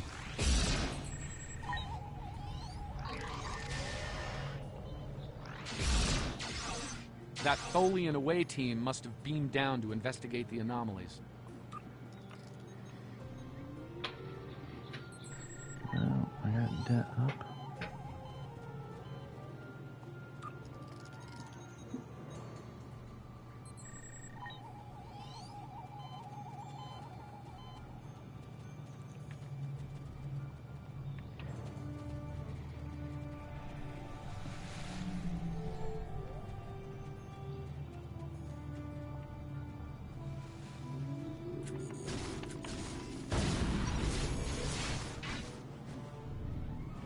These guys.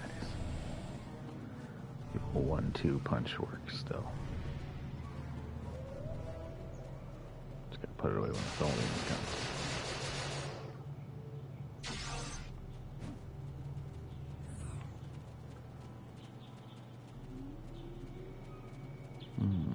Oh, did I not go to the right spot?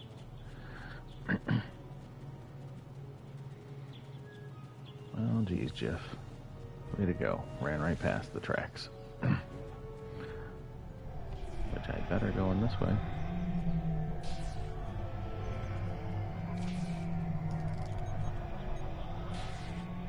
This looks to be a well-worn path.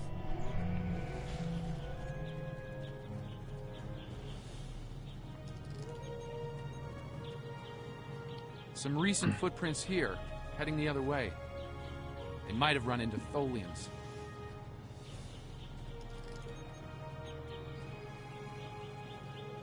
It seems your Vulcan passed this way recently.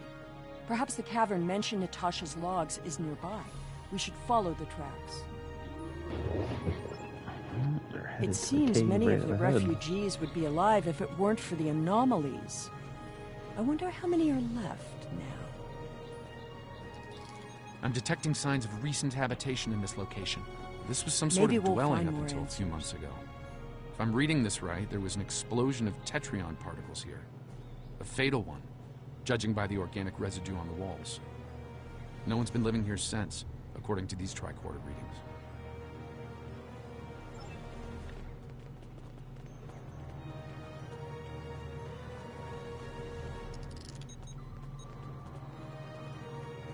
The anomalies are temporal in origin. I watched Richard wither and die before my eyes. An anomaly appeared, and moments later, he aged 100 years. We buried him this morning in the clearing. I never expected he and I would end this way. I miss him. Richard was a wonderful partner for these last decades, a good man. We built a wonderful life, despite it all. My only regret is that Sela never got to know how kind and brave Richard was. He'd have been such a wonderful stepfather. Tanae hasn't been seen in days. I'm worried she won't come back. I'm worried she will. I thought her strange behavior might be a degenerative Vulcan sickness, but she was answering questions before they were asked, and she's been close to every anomaly that's happened. Maybe I'm jumping in shadows. The part of me that is still a security officer on the Enterprise doesn't think I am, though. The mystery deepens.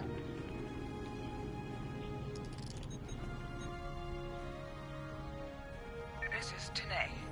I have agreed to report the final words of Natasha Yar and to hold this log for the future. If there is one, if it isn't here already, What? No! Focus. Focus. Natasha Yar died of a fever. She wished for the story of the crew of the Enterprise C to be remembered. They were brave beyond expectation. She wished for her daughter to know that she was loved and that Natasha lived a long and happy life. But Natasha missed her, and she hoped her daughter's life was wonderful. Natasha requests that if this log is found, that this record be conveyed to Sela of Romulus and to the Federation. Do not come near me.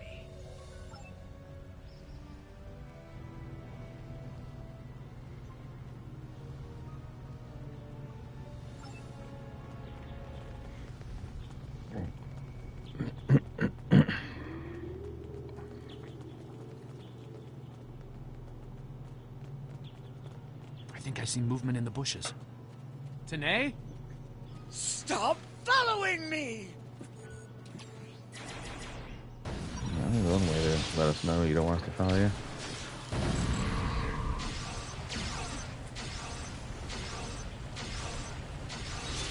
No. Go away! I told you to stay away! I am dangerous. You should not be here. No one can be here. No! Not again! Oh! No! Not again! There's a new anomaly forming.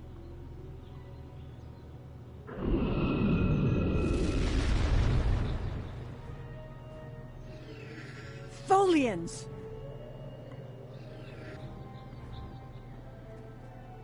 Purge the anomaly. Purge the contaminated.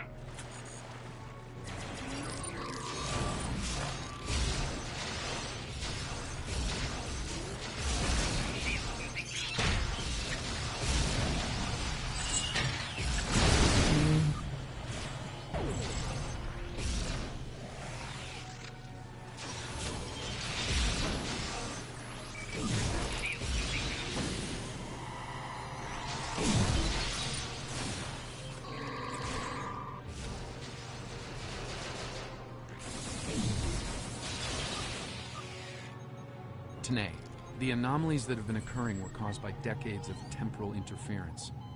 Because of what happened with the Enterprise C, you exist in two places at once. We can fix this. You and your counterpart can be reintegrated. Your memories will be integrated as well, but the anomalies will stop. I see the logic in your presence here. I am anomalous.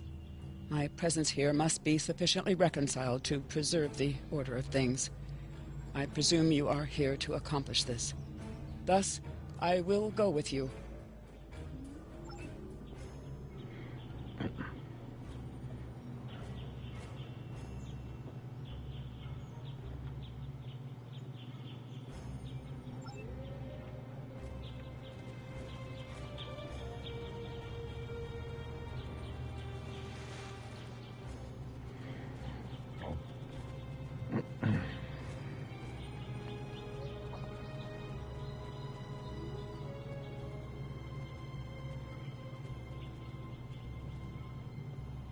All this time, she was here.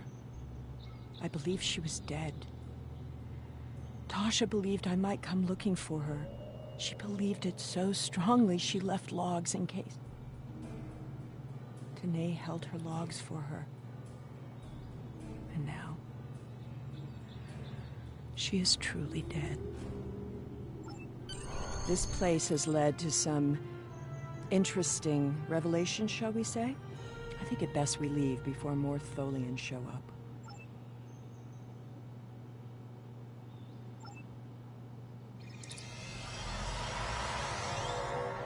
So am I beaming up Tanae, who's throwing temporary anomalies everywhere, onto my ship?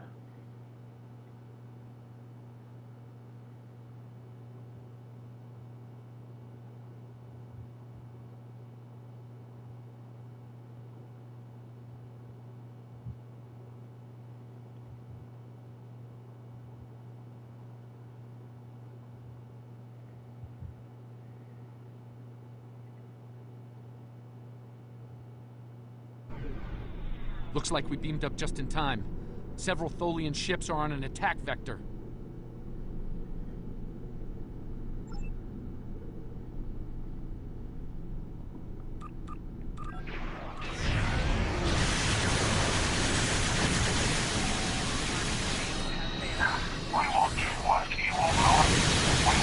your time.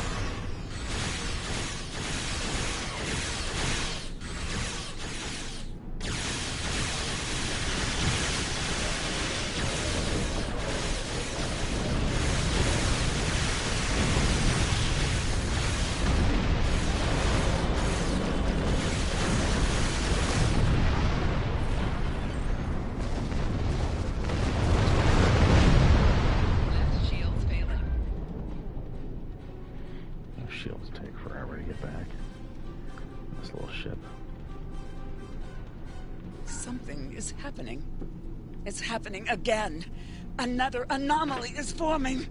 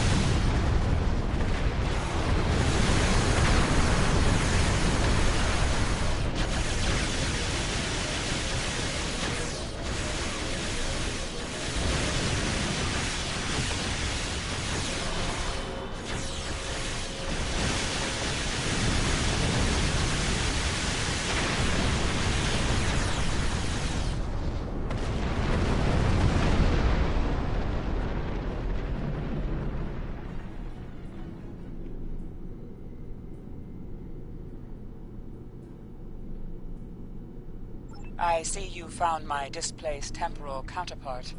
Well done. An operations team is standing by on this vessel to assist with her temporal reintegration. Please beam her aboard, and we will begin the process. It is possible that I may acquire a new set of memories as part of the process. A small price to pay to stabilize the timeline. As it has been said, the needs of the many outweigh the needs of the few, or the one. I see. Having read the briefing from Starfleet Command, I find her presence here to be most logical, considering the situation. Very well. I will take custody of Sela and deliver her to a secure facility once the reintegration procedure is complete. Beam her aboard with my temporal counterpart. It seems our journey is at a parting of the ways once more. I did, and I will.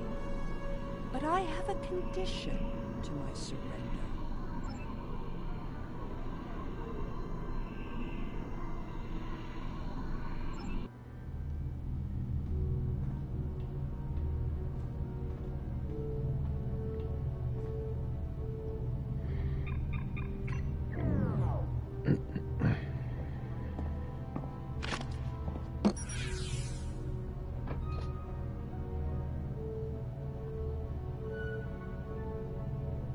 Tell me about my mother.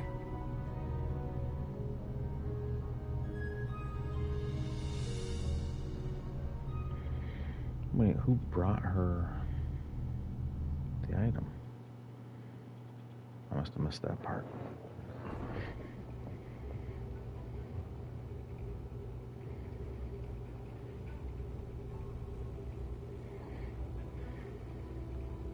The timeline is stabilizing.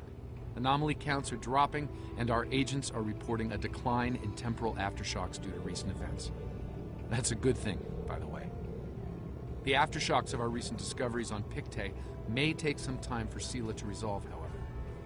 I hope she's able to find a sense of peace and closure from what she's learned today. I'll be heading back to Temporal Command once we've fully integrated the two Tenays. Be seeing you.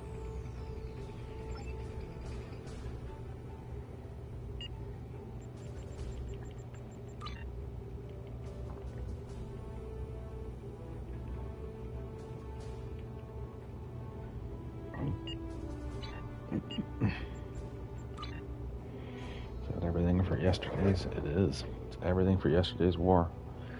Ah, Sunrise. Sunrise will be the first one of a few missions that I will need to run a few times.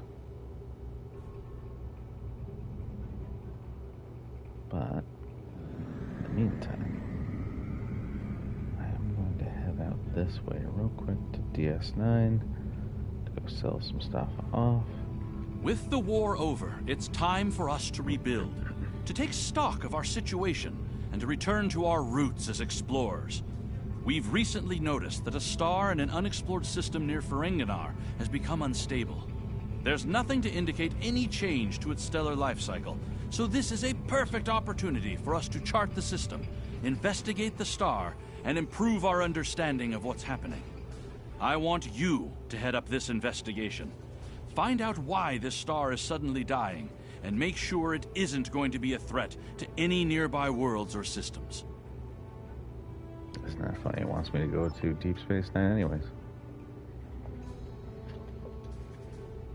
Oh, very well.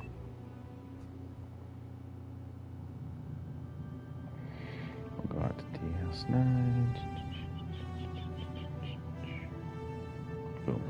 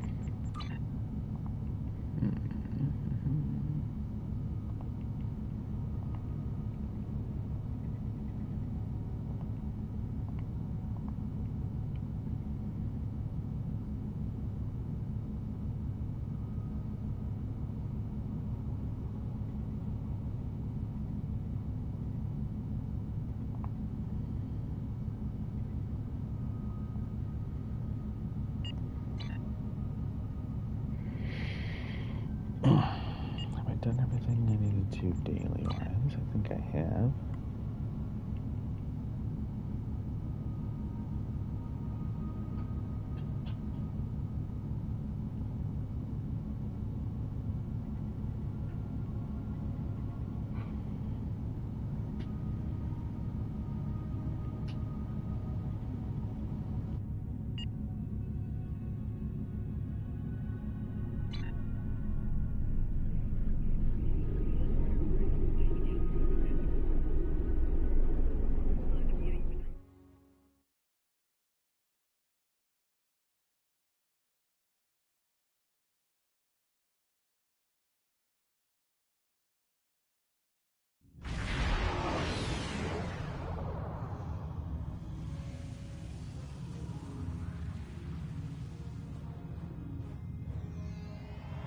Thank you for the pickup.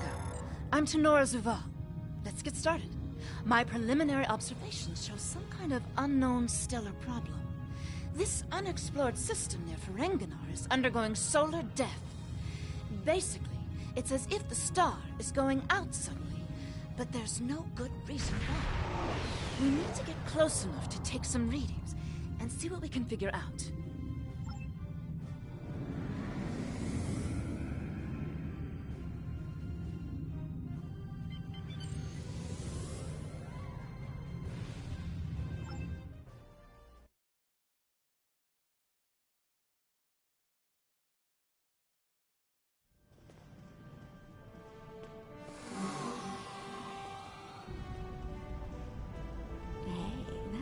Great uniform.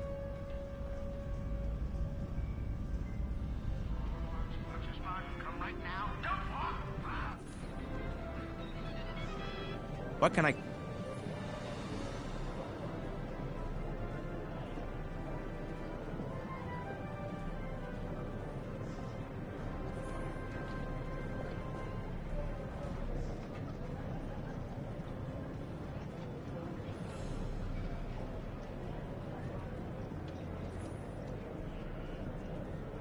Don't worry, the table isn't rigged anymore. Alright, so I've picked up my person, and now I'm going to just do a quick sell off of items that I don't need anymore. I think I am actually going to keep those around, though. Those pistols.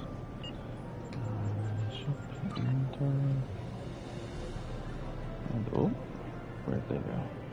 Right there. And we'll toggle the projected status. Platinum is a girl's best friend.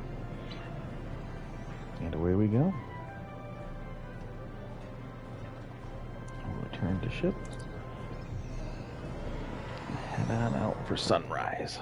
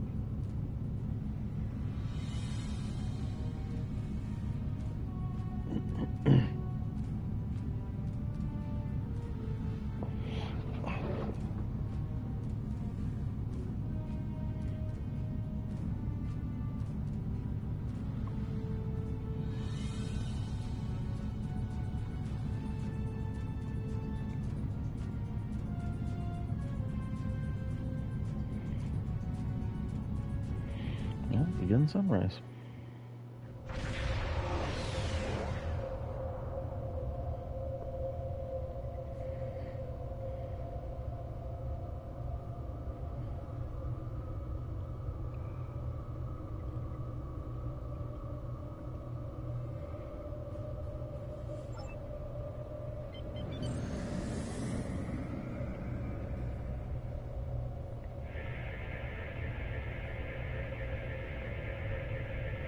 Getting swamped with solar radiation. Try reducing the gain on your sensors. Initial results don't make any sense. The star's core reactions are failing, but it still has so much mass that it should be conducting fusion. It's as if it suddenly decided that it was no longer going to do hydrogen fusion, just heavier fusion processes. This kind of matter is ejected during corona events. We should be able to collect some with your ship's ram scopes if we head to one of the ejection zones.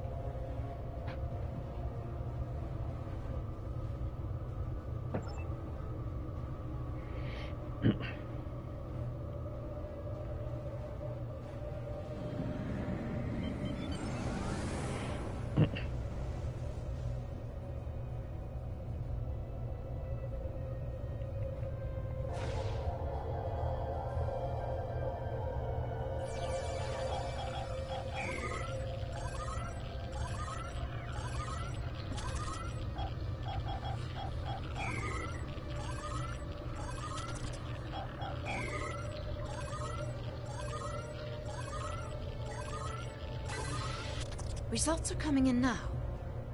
This still isn't making any sense. It's as if the star's life cycle was suddenly accelerated somehow, but it never went through an expansion cycle. There's no good explanation for this yet. Maybe something else in the system caused it. If this is system-wide, we should find evidence of similar problems, with nuclear and chemical reactions in the system's gaseous bodies. There's a large amount of gaseous stellar matter further from the star. We should have no trouble checking that hypothesis.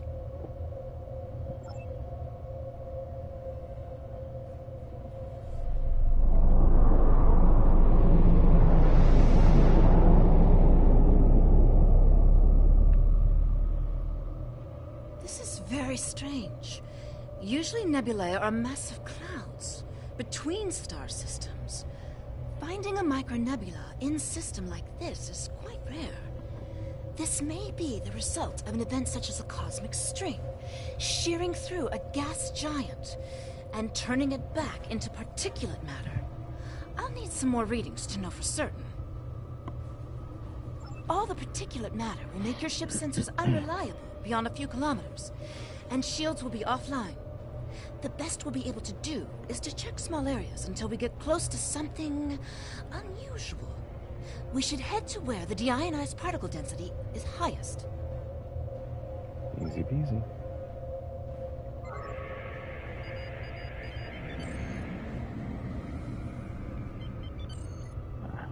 No full impulse here.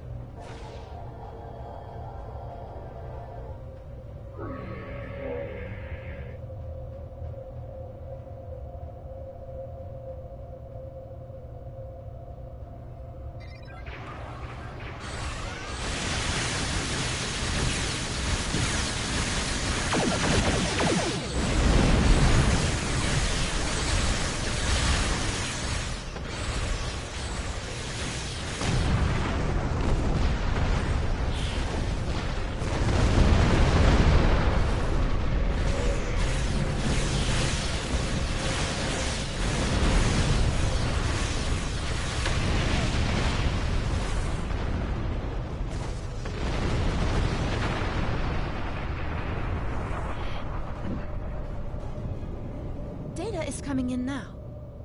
Nothing unusual coming in from the nebula, but those Tholian ships were quite far from home.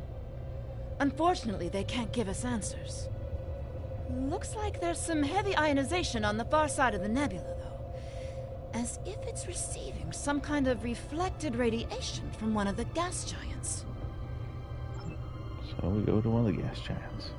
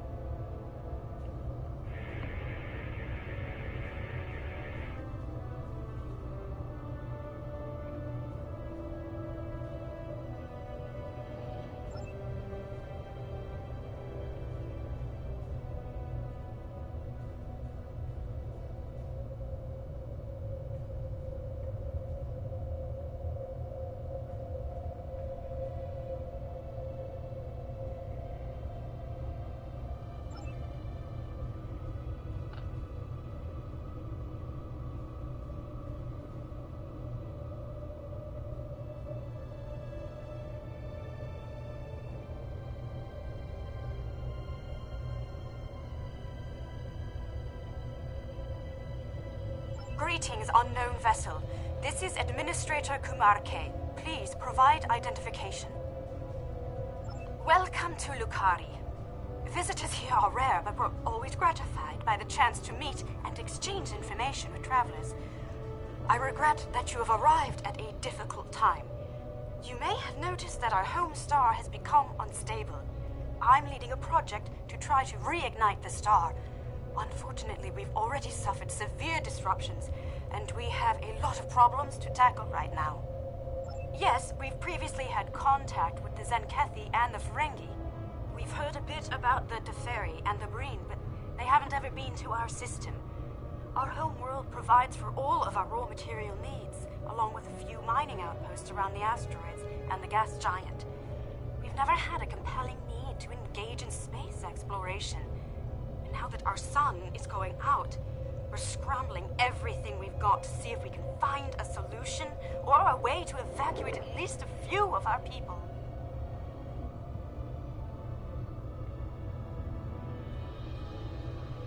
These problems started only recently, just a few days ago.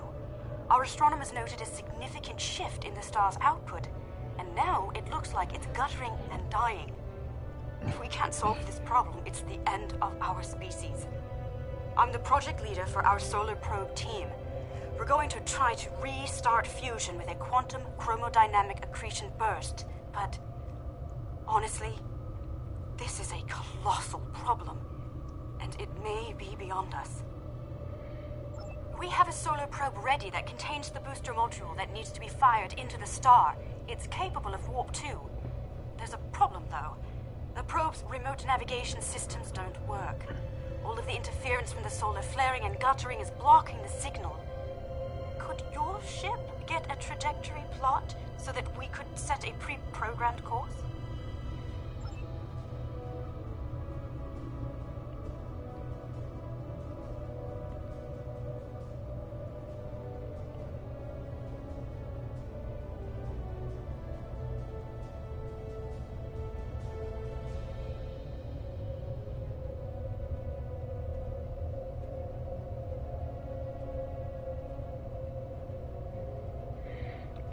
Should be an elevation device.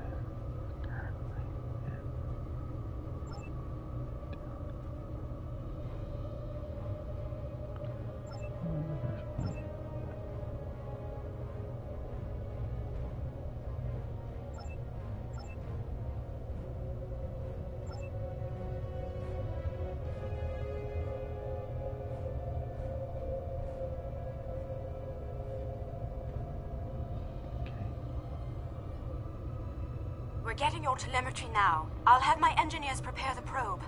Let's see if this works. Nothing to worry about, just the future of my planet. The probe's made it out of orbit.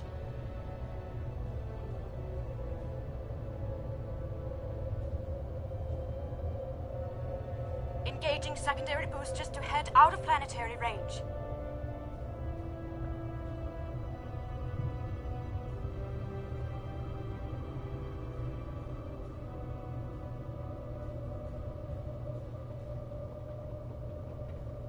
It's gone to warp.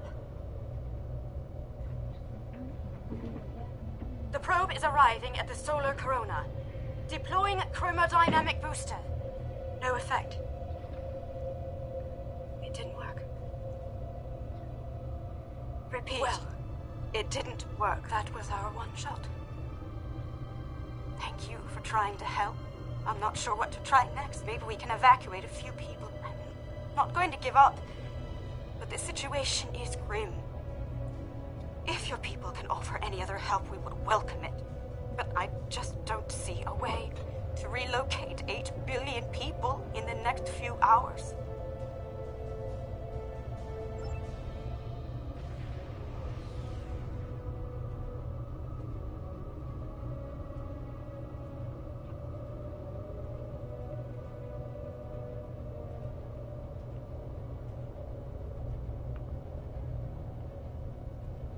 My name is Caldano.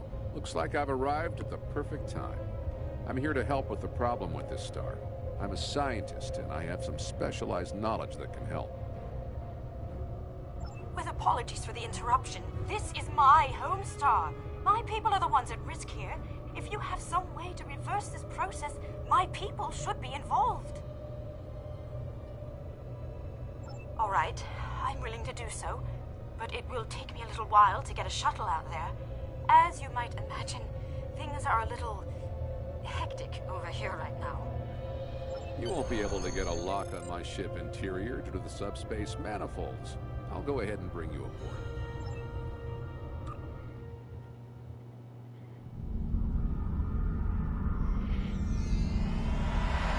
Welcome aboard.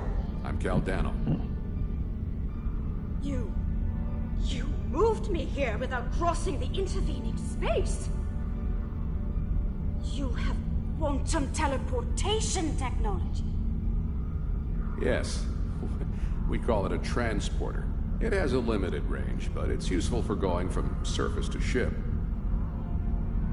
Impossible! This ship's interior is massive, even though it's no bigger than a shuttle. My ship uses compactified subspace folds. It's bigger on the inside. Huh.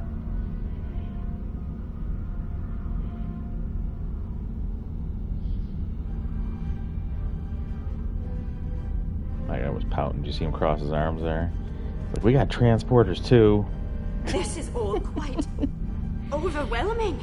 This Caldano person is another stranger from somewhere else. And you're here to help with our dying star?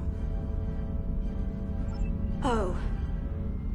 Yes, I suppose I can see how a star suddenly dying might attract someone's attention.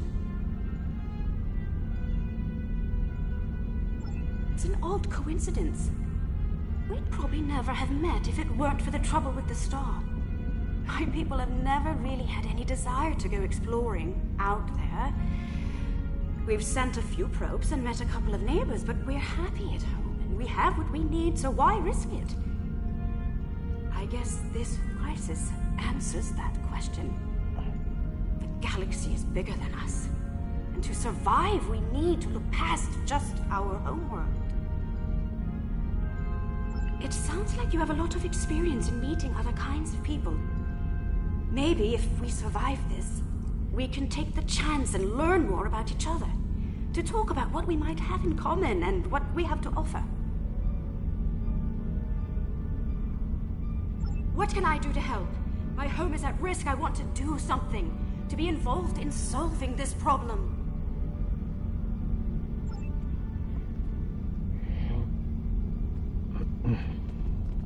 Welcome to my ship. Don't be alarmed. This vessel is from the 31st century, and it has some technology you may not recognize yet. I can assure you, though, that I'm here to help.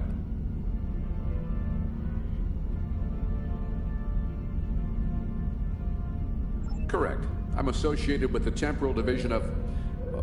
well, let's just say that I'm an ally from the future, and I'm here to save the Lucari Star.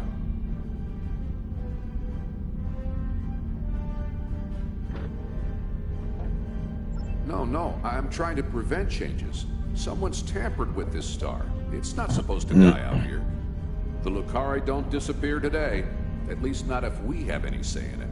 I have some technology that can help, but we'll need to rework it in order to repair the star's fusion processes. What I need you to do is help me align this matrix to match the star's original spectrum. I'll regulate the device's main power state from this console.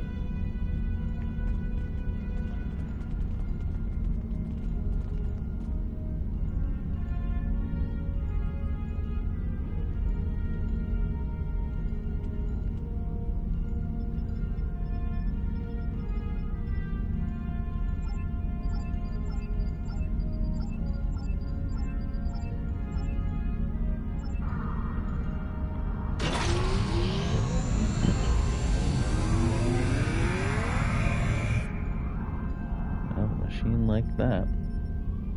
Okay, that's a little surprising. It must be a hybrid human and Vulcan. DNA from the people of this world. Date these people. Just trying to do.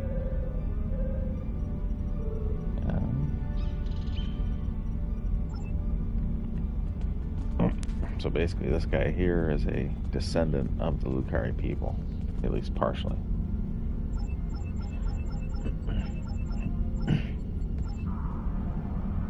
We have the best interest. Get this done.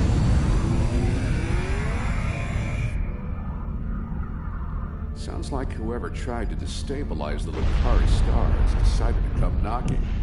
Let's see who... They're packing a real wallop. Shields just went down. We have incoming. Well. What are those things? Folians. Folians! Keep them away! I need to finish these computations!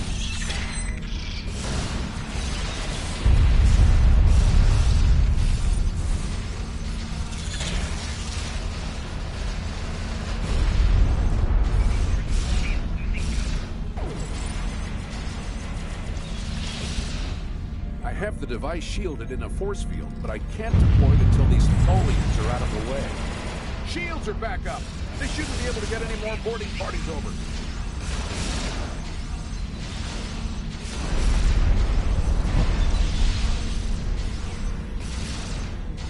This makes sense. I mean, Tholians do not like time travelers, so they would not like this guy.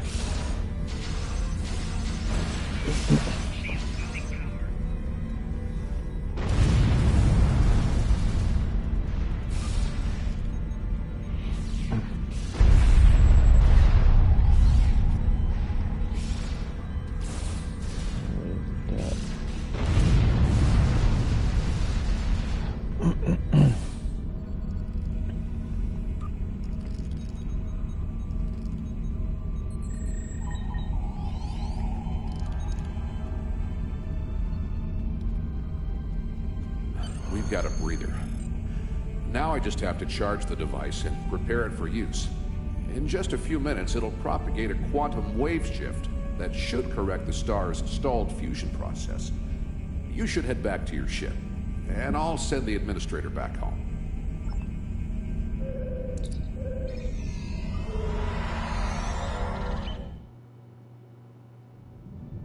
The device is charging. We should be just a few minutes away from repairing the star now. Give us the talks, mutant. Just wonderful. Now the Tholians want my quantum phase.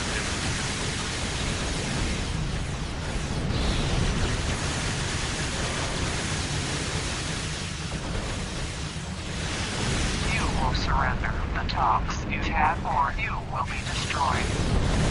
Have a little more time to rejuvenate the star.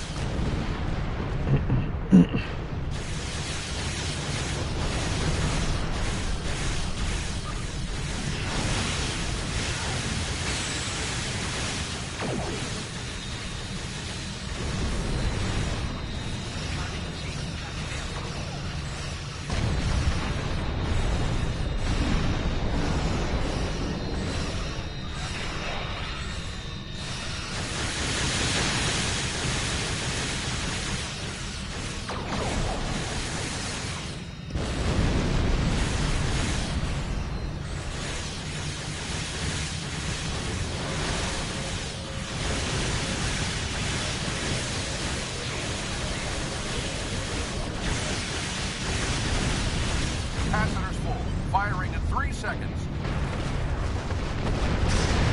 Activate the rejuvenator.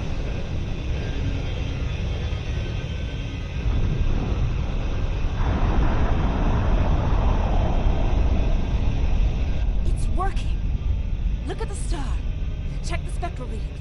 The fusion process is reigniting, and it's returning to normal. Some of those ships have just arrived at our home system. They're attacking our homeworld. We don't have any way to repel starships like this. Please, help us.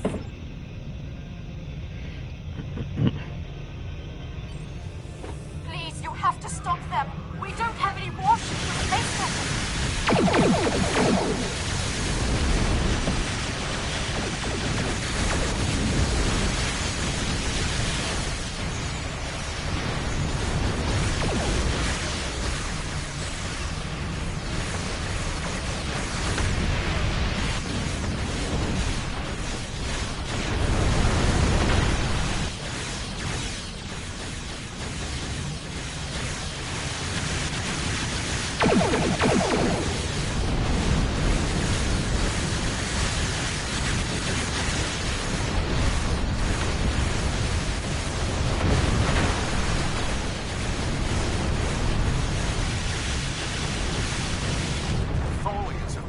My ship in a web.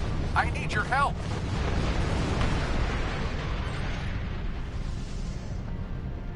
Caught between a rock and a hard place here. I go help the planet, and then our recluse shows up.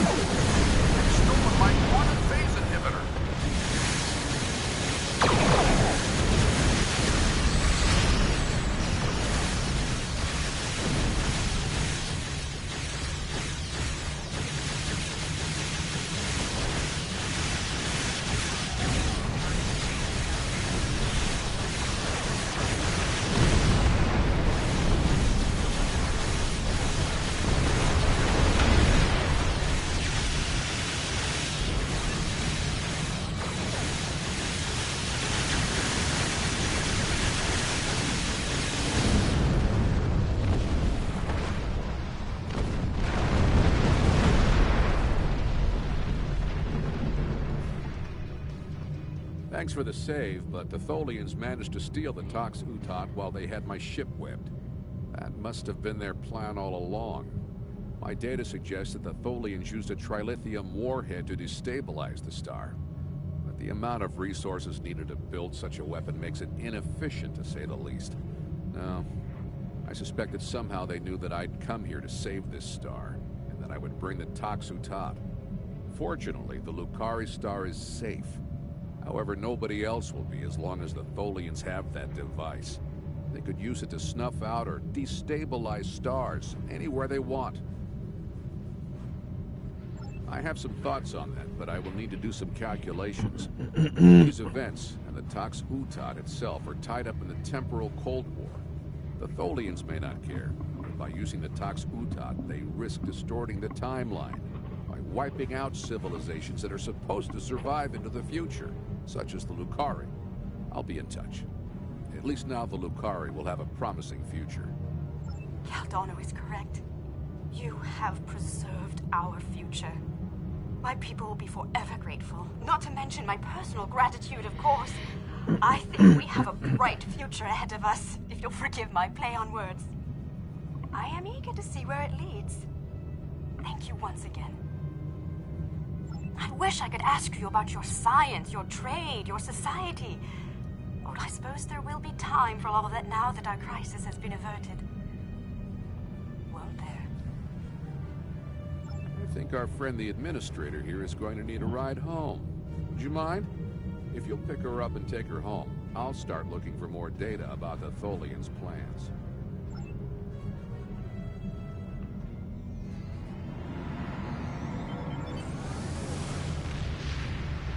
I have collected collected an amazing amount of information about what happened to this star. Thank you for bringing me along. Once we're back in Allied space, I'll take a shuttle home.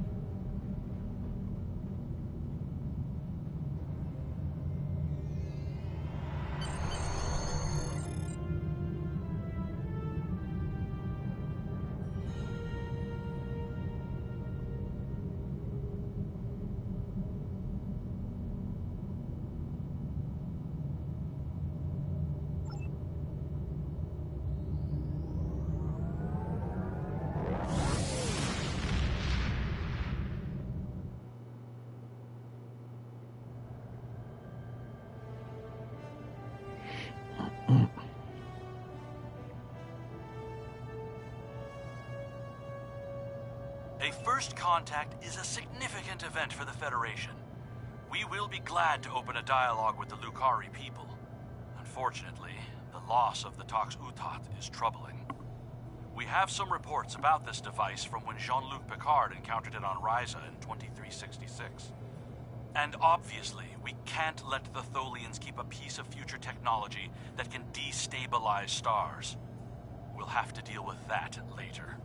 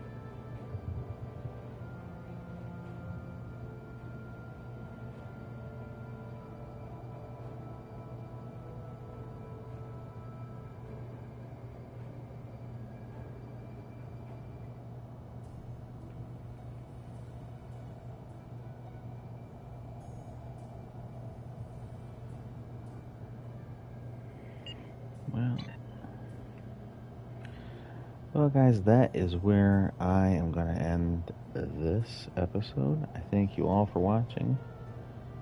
The Tox Utat has fallen into the hands of the Tholians. Our intelligence indicates increased Tholian activity in the Nakul system. Caldano believes they are trying to interfere with the Nakul every time, present because of actions they will take in the future. Every time I go to wrap up one of these, that is exactly how it ends, with me being interrupted. Thank you, DL, for staying to the end there. I'm sorry, DJ. I'm sorry. I didn't mean to say DL. I don't know why I said DL. Thank you, DJ, for staying to the end, obviously, and watching. I appreciate it. And, hey, if you got any other, things that you know about in the future that I don't, hey, man, feel free. Let me know. I am not the end-all, be-all to this game. I find out new stuff every day, so. But, like I said, I'm going to wrap it up here. Thank you all. If you like what I do, throw me a follow, a like, a subscribe. I'm here, Rumble, YouTube. Just stop on by, and I'll see y'all on the next time.